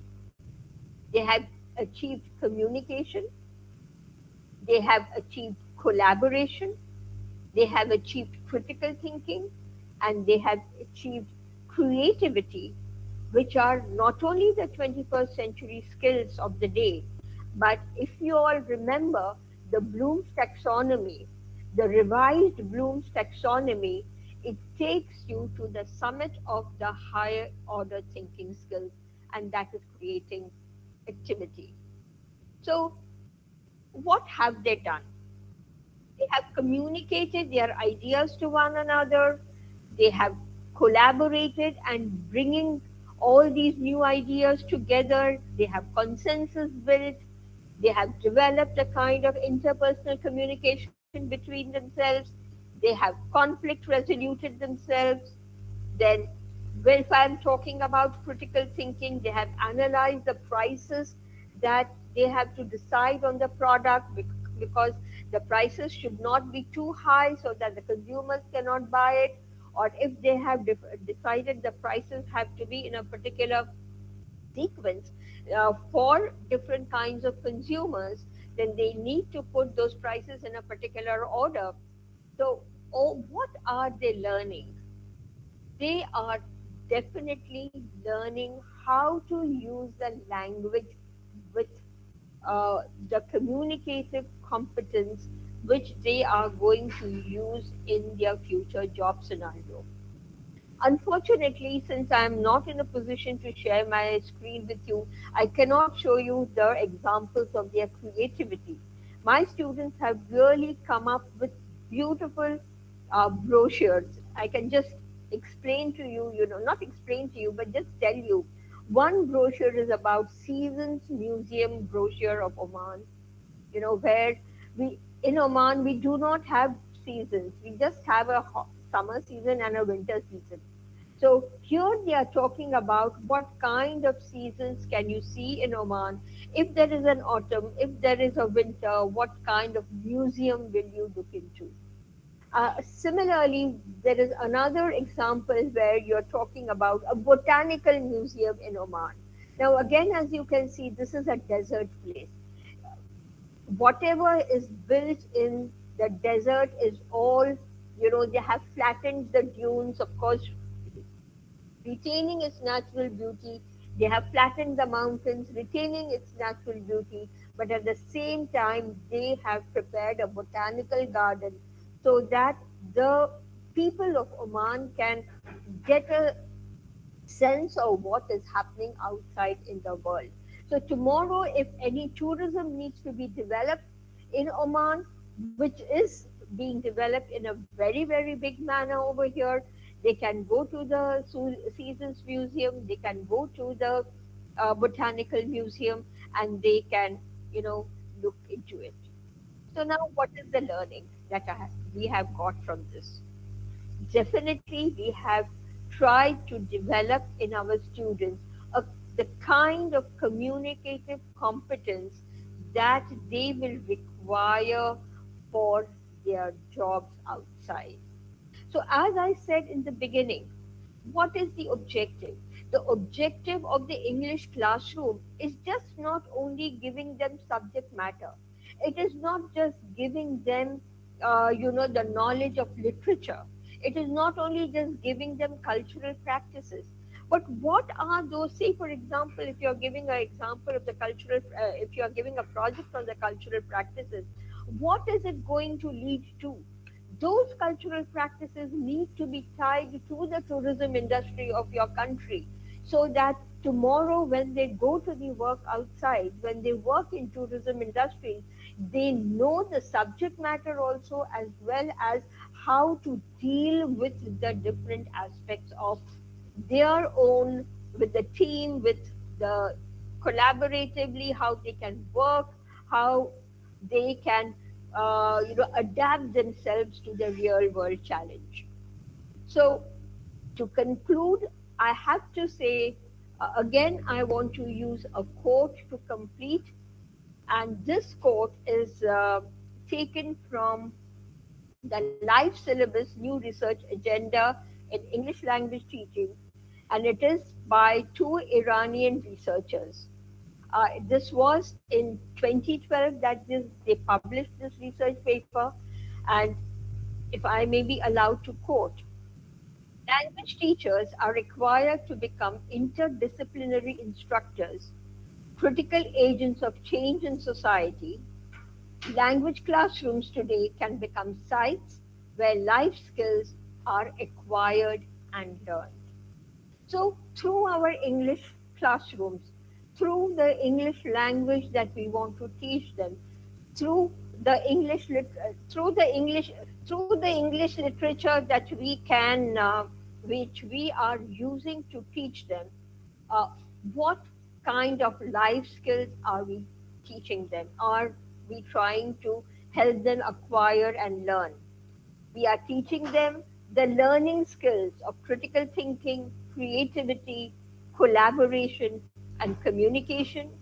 We are teaching them literary skills of knowledge information, media, media, use of technology, and finally, we are teaching them life skills of being flexible, leadership, because once you are doing with group students, naturally, a leader sort of emerges. Then you are also asking them to take initiative. We are helping them to be productive. And finally, we are also developing in them the humanistic social skills. So, with this, I thank you very much for giving me this opportunity to present my thoughts on this particular aspect. And thank you very much, all of you, for listening to me patiently. These are my own shared experiences, which I do in college, which I sort of do it on a regular basis, but in different contexts, with different projects at different levels of the teaching. I teach right from the undergraduate to the postgraduate. Thank you very much for giving me this opportunity. Thank you. Thank you so much, ma'am. And as we always say, that experience is all that matters. I believe that if you could teach me, and I am a professor today, then you could build the world to be a better place to live in. If there are any questions for Aarti ma'am, the floor is open. Hello, Artima. It was amazing to hear you speak and your elaborate reflection on how industrial revolution has impacted language learning. So my question is, at this point, what is your opinion? Is it more important to teach how to approach learning of language more than teaching them the language? Which also leads me to other questions, such as how do you see the threat of AI in the at the intersection of all of this, uh, and what is the role of ethics, particularly in this? Also, everything that you talked about, is it moving us towards the lens of post-human society? That's about it. Thank you. Thank you very much. In fact, it is an extremely good question. And to be honest with you, uh, this is our panel discussion just 15 days from today. We are going to have a panel discussion on these very points that you mentioned. And just to, before I answer your question, the title of our panel discussion is Transforming Education is STEM Approach the Way Forward. And, when I am talking about STEM, like it is basically the humanistic approach to teaching a language. You know. So, coming back to your question, yes, definitely I would consider it as an approach, you know, because I am not looking at the nitty gritties of teaching a language, which as I see, when a language is taught, we know the basics. And as I said, the basics are always taught from the school level to in our general English classes also. And in the Indian context, if I say, we are taught general English and then we are into our English language major, etc., etc. But now, when we are looking at the disciplines of economics, if you are looking at the discipline of computer sciences, definitely we cannot still continue with the LSRW of English. So we need to find a way forward how we can move towards a higher level, but at the same time, teach them, give them a feedback on what they are doing. So that is definitely an approach. Now, coming to your second point of threat of AI, I totally agree with you. And today, this is a burning topic in my college also. And let me give you the example of Chat GPT. This is a recent example I can give you about Chat GPT. That how Chat GPT can write thesis, how Chat GPT can prepare syllabi, how Chat GPT can prepare assessments, how Chat GPT can do every possible thing which you cannot do. Now, I feel it is definitely a ethical issue, and each college or each education organization, institute needs to draw a line what can be accepted and what cannot be accepted. Like, for example, I'll give you one example of this is that uh, the previous speaker, Dr. Tahira, said that Google Translate was accepted by her. In my college, in my department, we do not accept Google Translate. We do not accept Google Paraphrase. Because what they are doing is, these students are very smart. What they do is, they do not write in Arabic.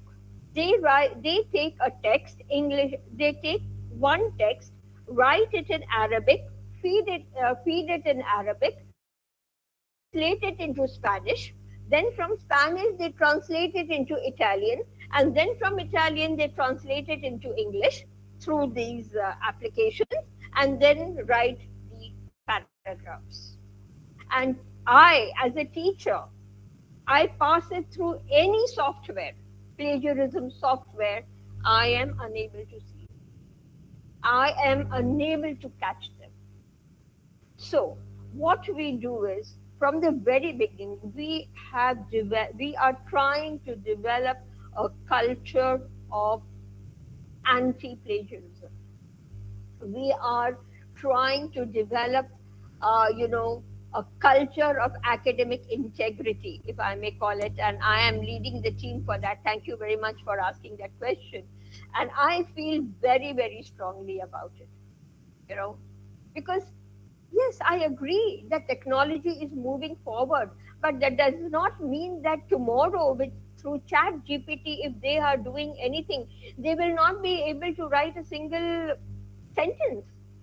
Because I have heard the CEO of Microsoft saying to their, to their employers that, oh, we have got a lovely Chat GPT application which makes the employees more productive because they don't have to write anything anymore. They don't have to draft anything anymore. They can just edit it and send it. So, he or she, whoever, whatever it is looking at it from only a productive point of view, only a monetary point of view. But yes, that brings me to the question of ethics.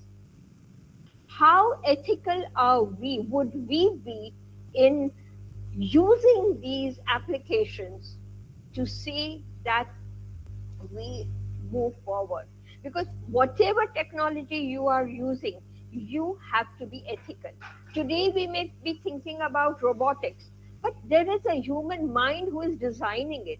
There is a human mind who is thinking about it and feeding the algorithms in the robotic, in that robot to make it work. So how ethical is that particular student or an employee is the question. And if this graduate of ours is tomorrow's employee, tomorrow's workforce, we need to make him or her ethical through our own, way, so that he does not misutilize, the AI in a manner that, is detrimental to the whole society. Those are my responses. Thank you so much. Thank you so much, ma'am. It was such an immense pleasure to have you here, and that you shared such enlightening words. It surely has provoked our minds and thoughts to keep running towards the various possibilities and ways to nurture ourselves into a better future. Thank you so much, ma'am. Now, I would like to call upon Professor Dr. Rajendra Singh Jadeja. Sadly, he's not able to join us, but he sent a video. So yes, about Dr. Rajendra Singh Jadeja. He is an academic advisor, HM Patel Institute of English Training and Research at Vallabh Vidyanagar, Anand, Gujarat. So, Meera ma'am, over to you. Yeah. Thank you, Maitri ma'am. As Maitri ma'am said, Rajendra sir could not join us due to some reason, but he has sent a beautiful video message for all of us, which will be certainly very informative. So here I am presenting his message to all of you.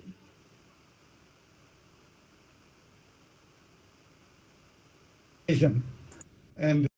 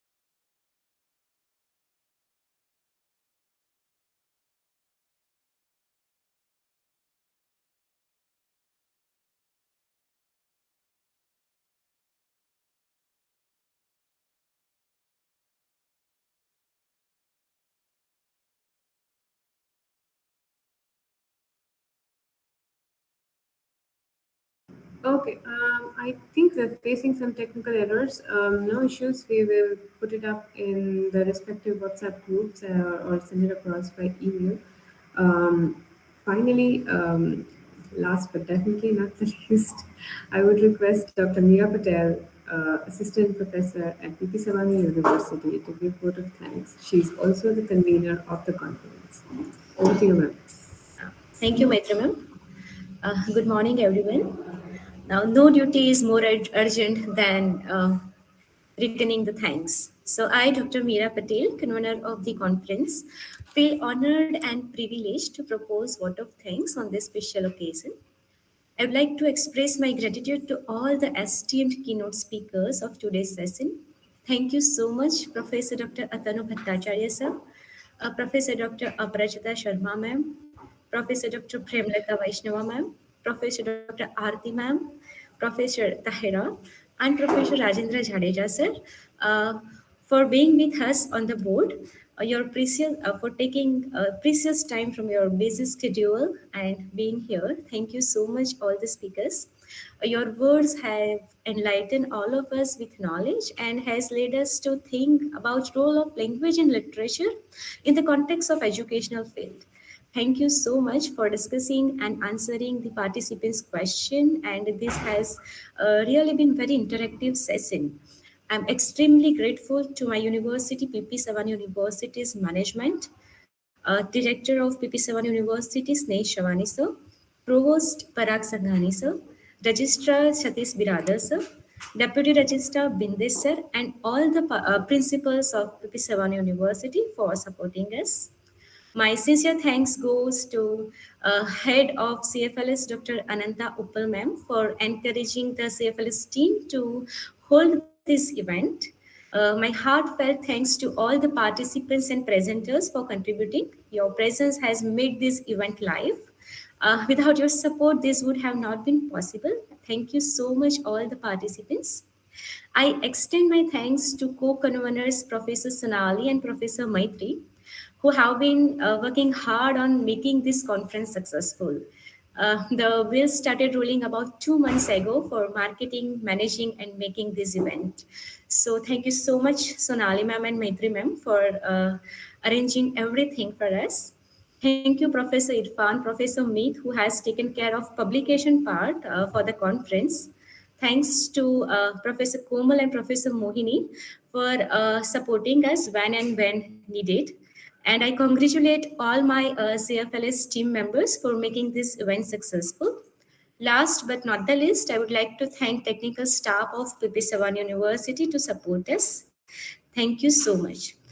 We'll be starting paper presentation session in 10 minutes. So the presenters are required to join the respective groups shared with them. All the best from my side to all the presenters. We will end the session here. Have a good day. Thank you so much, everyone. Thank you all. Thank you so much.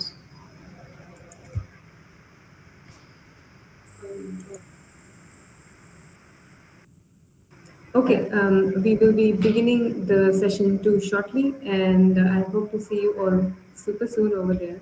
Participants, please feel free to join in whichever group you feel like coming in. You would be given access, and thank you all so much for being so patient with us with all the technical difficulties and all the struggles that we faced. But you still stand strong with us. So I respect that, and we all immensely love you for that, for all the support. So yeah, signing off, Maitri done. Thank you so much. Back to work at